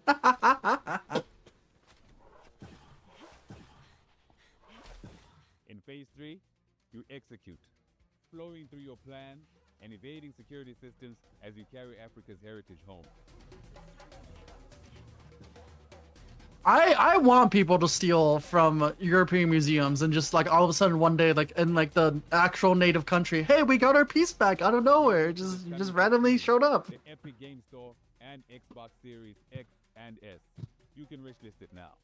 Remember Patapon, that charming series of games about those little dudes walking around doing stuff and making music? Patapon, Patapon, Patapon, pon, Podapan, Podapan, pan, Podapan. Made the OG games. Sorry. Also, with more charming little dudes. no, Patapon is hype. Echo, get in VC. We're gonna talk about Code Vein. Print. そして Fuck 私は out. ラタタンのリードプロデューサーを務める坂尻和人と申します。私は現在サーフィンやランニング、そして大好きなけん玉の練習をしている時以外は常にラタタンがより面白くなるように努力をしているところになります。ラタタンはよりカラフルなデザインと、オンラインマルチプレイモード、ローグライ Alright, Bucko. ゲームデザインに取り組んで Mr. Code Vein. How'd you like the reveal? そして皆さんと一緒に育ててきた Yo. ファンベースはとても素晴らしいものであり、 It was kind of コミュニティに投稿してい ass. ただける応援のメッセージとか可愛らしいファンアートにはいつも Why was it ass? プロデューサー It とし was て kinda 日々この業界 ass. の Not 苦 gonna しさを lie. 感じております。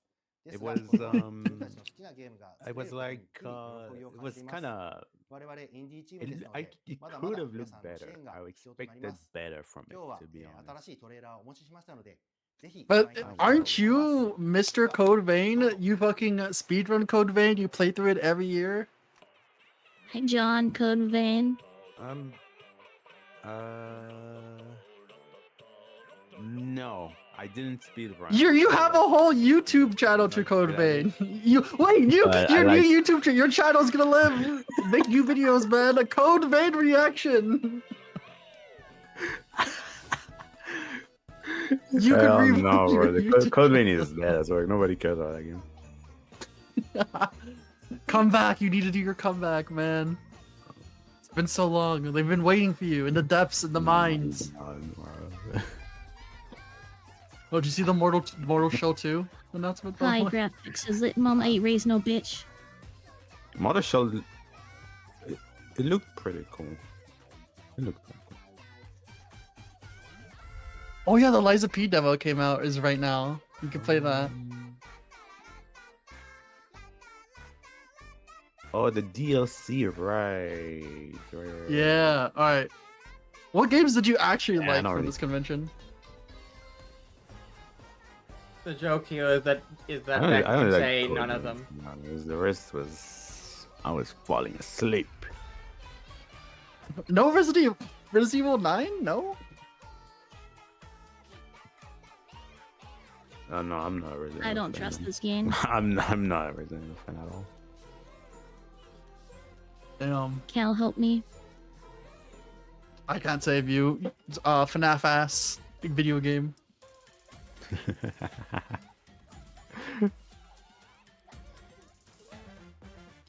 Dude, I haven't talked to you about Neo 2, Neo 3. Are you excited for Neo 3? I don't even know if you like Neo. I played Neo 2 and Neo 1, but I don't know. I'm not that Oh, this big is a different layout. そして素晴らしいファンの皆さんに感謝を込めまして in my gym no more. Neo 1, Neo 2, and Neo 3 are all the same game, except there's just more content in each game. It's literally the same game. Are. That Neo 3, Yeah, I but was it's like, good. "Bro, that's just more." Oh, I mean, chill, more no, Neo. that's the door. Nothing else. It's an evocative game set in a turn-of-the-century universe, and I Same cannot game. wait to play it. I mean, Skibbity that's fine. Foxy at 3 a.m. What the fuck is Skibbity Foxy? We're not gonna question what I just said now. I'm playing Roblox and I'm just no, go plugging ahead. it back. Please extrapolate. I would love it. If you did. Yeah, extrapolate. Yo, what's up, YouTube? Sussy Skibbity Foxy I at know, 3 a.m. Guardian Should we scared the call? shit out of Yes me. or no? I think I'm gonna have a heart attack. I think I'm sick. Oh, The age is now, old man. Okay, alright. Video games, but no video games. Oh my god. What was actually announced? I don't even remember half of the games. I only know Resident Evil 9. There was Mortal Shell 2, and then there was the Code Vein, because I was like, Code Vein, Becco. Yeah, that was the honestly. I don't remember anything else. Everything was like it's a blur. Oh, Street Fighter, the new Street Fighter characters. Yeah. Factor to me, however, is probably the presence of other. There's Alex, there's Sagat. I don't remember the other two. The blonde, the red hair chick, and then the one everyone hates. all day long. I could study the levels all day long. I wanted to see Virtua Fighter. I wanted to see Virtua Fighter. It didn't show up. I'm so pissed. Dude, what did they even show? There's so many games that are waiting to be shown. Dude, oh my god, the Silk Song. okay. I'm triggered. I'm so easy for that.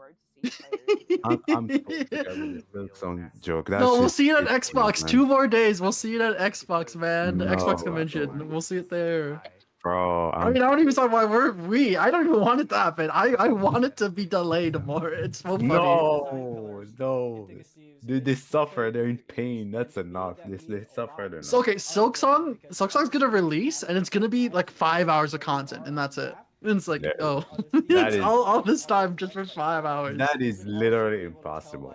That is literally impossible. Hollow Knight not itself is like impossible. It's very loud. nah. I'm It's thinking to myself, wow, okay, if it's raining, Hollow Knight itself is like 180 hours. maybe I See, can mask some of my sounds so I can kind of go in undetected. it's been a lot of time in that game. Do you even like Hollow Knight? I don't remember this being a thing. Oh you yeah, liked. no, I love Hollow Knight. I've played a ton of it. Not on stream though, but I've played a ton of it. Every thief for themselves. I tried playing Hollow Knight, but I just couldn't. my I God. just didn't like the base movement of the game. It felt way too like. Stay back in the shadows eh. and watch everyone go at it. People are falling into my traps and then just waiting for the right moment to swoop in. Yeah, it's like you know the worst parts of Souls likes. It's like that with Hollow Knight. Of like the worst part of platformers is when they don't feel weighty and they just feel like stiff as fuck because it's like, oh no, you could micro stutter step like old VR chat controls. Why? Because like it gives you Oh. more controls. No, I see But what you mean. get ultimate control. Nothing has weight. You could cancel into anything because you'll get more control. Doesn't it feel so much better? Dark Souls should be like that. No control, no weight, no actual caring about what moves you do. Peak but gameplay, man. That would be too. It would be too open. It's like the restriction makes it interesting. No, I'm saying there is no restriction in fucking Hollow Knight. If it was built Oh, on you- Celeste, on like a Celeste engine, I would be hella hyped. You mean like it's too floaty maybe? Like there's too much shit that Yeah, you... it's too. Yeah, there's too floaty. There's too much you could do. Well, it's no, just, being the- able to the like, I attacks are mean, non-committal. floatiness in a platformer is fine if they do need you to do like very precise precision controls. Precise precision controls without floatiness just results in like literally you have like a taskbar to do it properly. Oh yeah. Like you have to have, like if you have a very concise, good, proper physics engine, then yeah, you should not have like control when you want the moment you jump. You have to like commit to the fucking jump you made once you're in the air. Be smart. And they have a lot of like parkour stuff, like very dedicated parkours. Or They probably don't want it to be to have like all the restrictions because of that. Man, I'm salty. I mean, you want to talk about good platforming? Play Celeste. Becca, you need to play Celeste.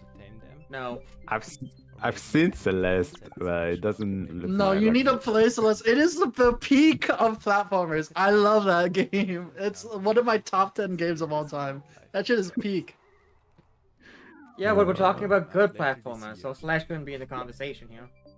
Oh my god, what Listen, did you say? you're rage baiting. You're rage baiting. You're rage baiting. Wait, you're hating. Hey, guess what? You're falling for the rage bait, bitch.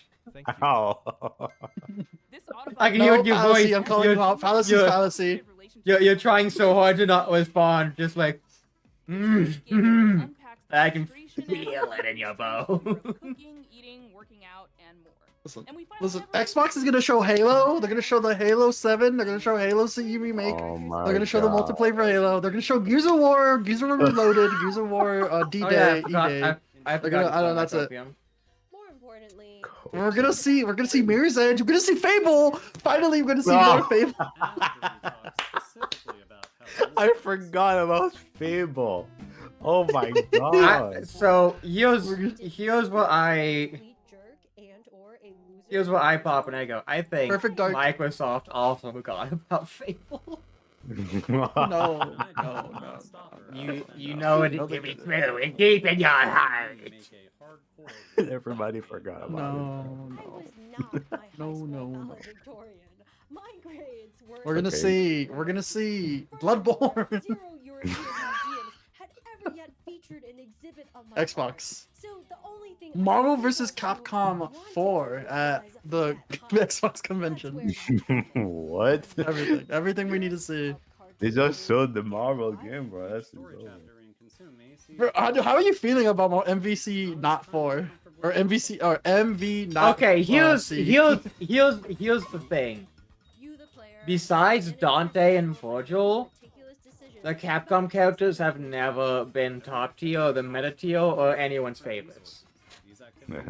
Oh yeah, but Zero though. Who the fuck cares about Zero? What do you mean? All I hear every time I hear about Marvel Capcom is always Zero May Cry. It's always CMC, yeah.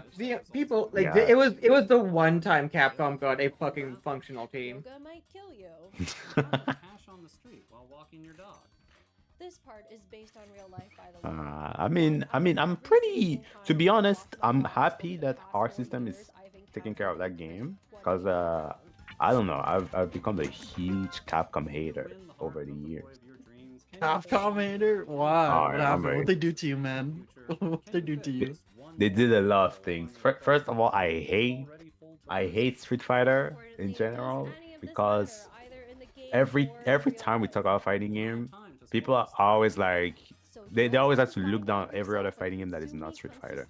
And I hate Street Fighter for that. And then Capcom never brought back Lost Planet, so I hate them. I hate them. I'm leaving. That's Capcom. Old Capcom IPs? Yeah, nah, that ain't happening. That ain't happening, Chief. I'm pissed, bro. Bring back. Who cares about Resident Evil 9? Who gives a shit about it? Where is Lost Planet 4 or Lost Planet Remake or something? Okay, after Monster Hunter calms down, we'll probably get a Lost Planet announcement in like 5 years. Please. Oh, I remember they also showed the Project Pragmata game in the previous event, right?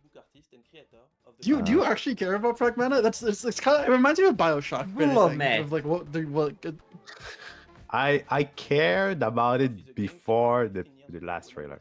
The last trailer they showed actually was real. I don't care about it. It's a Japanese-inspired RPG where you control a baseball batter chasing ghosts in a cubic, strange world. I made this game with no other. Why does this dude look like Kraken a little bit? Create something funny to show my friend and a few people on the internet. Wait, I just read what the fuck we're looking at. What the fuck? How did he get the rights to show this? The game is somehow This is like harbors a diabolical force than I can describe. there's so much there's so much fucking fan art of this. This is like from 2004. Getting an official Western release, that is absurd. I'm Ryan Allier and the studio director. It's been a pleasure to work with Mortis Ghost to bring off to fans old and new. It looks like a weird mix of almost Undertale and I almost want to say Fate. Everyone, it's Toby. Almost looks Off like was a that. big inspiration to me and Undertale. and Yeah, I Off was able to get is this chance to play Off it is like the first time or the first Earthbound like. Yeah, literally Toby Fox right there, the creator of Undertale, said this was an inspiration for Undertale. This game right here. Oh. Legit just said it right now. That fucking dog is literally the representation of Toby Fox, and he legit right now just said, yeah, this is the reason why I made Undertale. This game. Oh.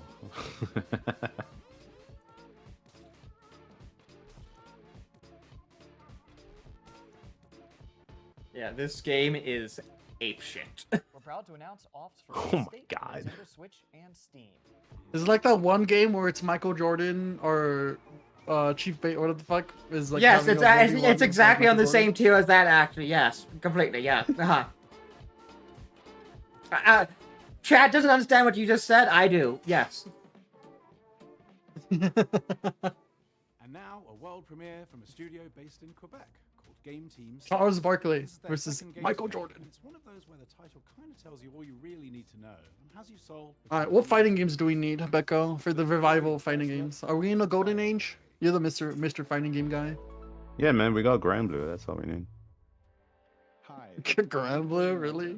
Yeah. That's yeah, your Gra- that's your peak. Grand Blue is literally the best fighting game right now. All the other games. too. Canada, making heartfelt games with big ideas. We're so excited to Tekken, what about Tekken 8, huh? Tekken 8 patch 2. Grand Blue is one of the games where I should be playing it, but I'm not. It's free to play. You got a free version. You can try it anytime. Yeah, but it's two random characters. No. is the free to play, and I wanna, like- No. I have Grand Blue. I You have bought the it. game? Yes. Oh my god. Oh my god. I'm gonna crash out.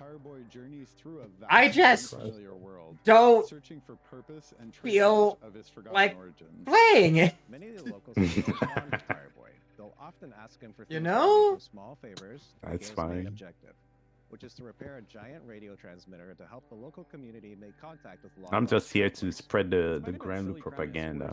That's all I do. You literally only play fucking like Basilgeuse, or the fuck their name is.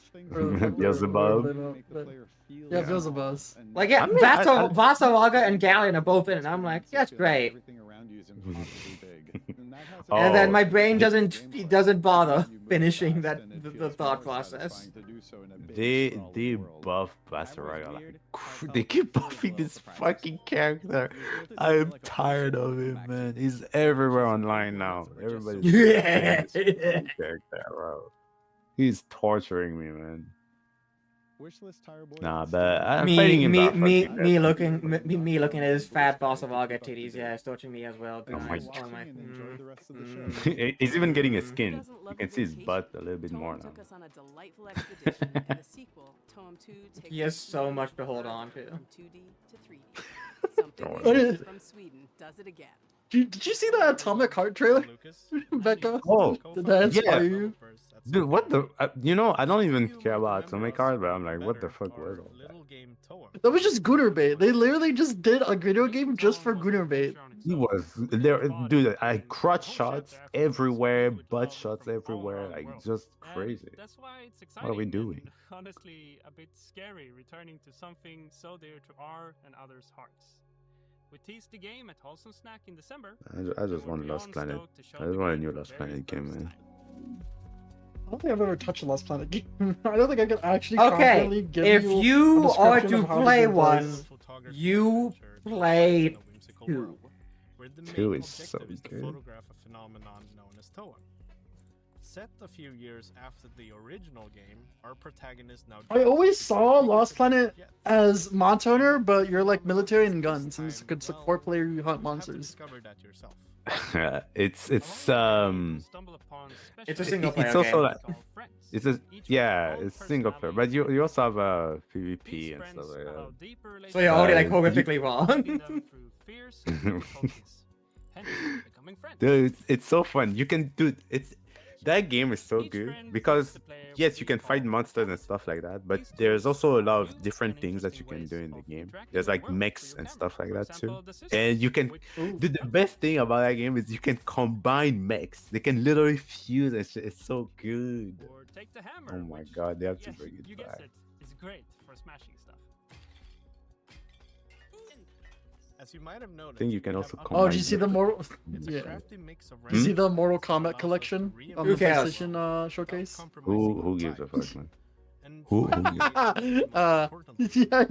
yeah, you're fucking you two are also Mortal Kombat hater. Oh, Mortal Kombat. It's bro, it's the one fighting game for white people in the world. True. Ultimately making the world feel more free and so true. What do you want from us, dude? The handy camera continues to be the main gameplay component. Listen, Marvel Tokon Battle, whatever the fuck that is, could hold over. We got Injustice coming. Please, man, please. Don't see that. We actually are getting Injustice. It's quite likely that those two are going to be split up and never be able to participate with each other again. New movement system. Yeah. Still the very same Shield and Coast experience. Actually, I have Mortal Kombat 11. I bought it only because they added Spawn to the game. And then when I played it, it was the first time I ever played Mortal Kombat. That game is so ass. The only good one is X. Yeah, from what I've heard, you know. Are you looking for a way to support Day of the Devs Oh and my you just don't know God. what to do? We have a new collaboration with our partners at the Academy of Interactive Arts and Sciences. They have an annual program called Game Maker Sketchbook, which sees a celebration of artistry in games. And we don't mean just concept art, we mean character designs, we mean storyboards. Now, what are these games they're showing? What is that? All the different kinds of art that It's a fuck ton of indie games. It's a Day of the Devs. It's usually for indie games. Usually. illustrator called Nimit Malavia to Usually. make this Well, it's for developers. characters from all the best games of the year. Literally dozens and dozens of characters. A veritable Where's Waldo of every game character that you love. It's for the devs to like yap about the game and how they made it and like what they like about it. And so usually it's a lot of indie devs and then a couple like big time devs who just like come back like, yeah, I made Elden Ring, I liked it, it was fun. They should keep those this type of discussion in these type of events. I always hate whenever they have like events where they show games and then you have random devs talking. I hate it. This is actually a good thing. Did you not like the Kojima 5-minute speaking? I'm so. And then that one bro. And then like that 1 minute or 5-minute Death Stranding trailer that was just a therapy session and then nothing, no gameplay. What was that about? What did A therapy session with someone who knows who you are, which is so fucking embarrassing. It's because it takes a village to support Day of the Devs. We are a non-profit, and every little bit helps. We got our founding The only thing I sponsors, hope for is to see Death Stranding versus Metal Gear 3 at the Game Awards. That's all I want. I mean, that's level of copium I wish to aspire to. Oh come on, man! It's gonna be fun. It's like good. It's like a good Kojima versus evil Kojima. It's gonna be so fun. Sabotage Studio, Studio MBHR, Summer Game Fest, and Jeff Keighley and the whole gang at the Game Awards for your continuous support. Thank you so much. And if you'd like to donate directly to Day of the Devs, you can go to dayofthedevs.org and do so there. And remember, Day of the Devs is a 501c3 nonprofit organization, so any donations are 100% tax. Oh yeah, I saw an image of Goku Stan wait, I need to actually get the correct terminology of You can stop at fucking Goku. Soul Bad Guy's best Thanks a lot to the developers. Goku. And thank you for watching today. Thanks to all the developers for sharing their games. And thank you to all our generous sponsors for making this possible. Yeah, what? We'll see you next time on Day of the Devs. Point. Give me a second. Alright. So that's Huge it? thanks to Are our we friend done now? One for providing the beats for today's show, and please stay tuned for a musical performance from the game Unbeatable and I think band so. Peak Divide. I'm RJ Lake, and I'm directing Unbeatable, a game where music is legal and you do crimes, with Andrew Tsai over at D-Cell. This is a never-before-heard new track from... this is Okay, if we're mostly done, a then like this has been like a good never-before-heard 4-hour track from stream, Unbeatable. so like I don't have to do It's anything not a else live today. I can go performance, fucking but make all the my performances seafood in it was are a live, if that makes sense. That's because the guitarist is playing lead guitar and rhythm guitar and acoustic guitar and is the drummer, and our keyboardist is the cameraman. This should show you probably just how much work goes into even one of the songs on our 100% original soundtrack, which, by the way, is starting right now. Okay, what's the one crazy launch soul bad guy move that was literally just you spam this and you had like R plus on anything? Including this one. On any interaction? It was it's like 5/4/ or some shit. Oh, close slash. Yeah, it was close slash, and the funniest thing was because since fucking that was like the most overpowered move that can literally beat out anything. They was shown that Goku actually had that. They gave it to Goku, I mean, like in the files. Okay.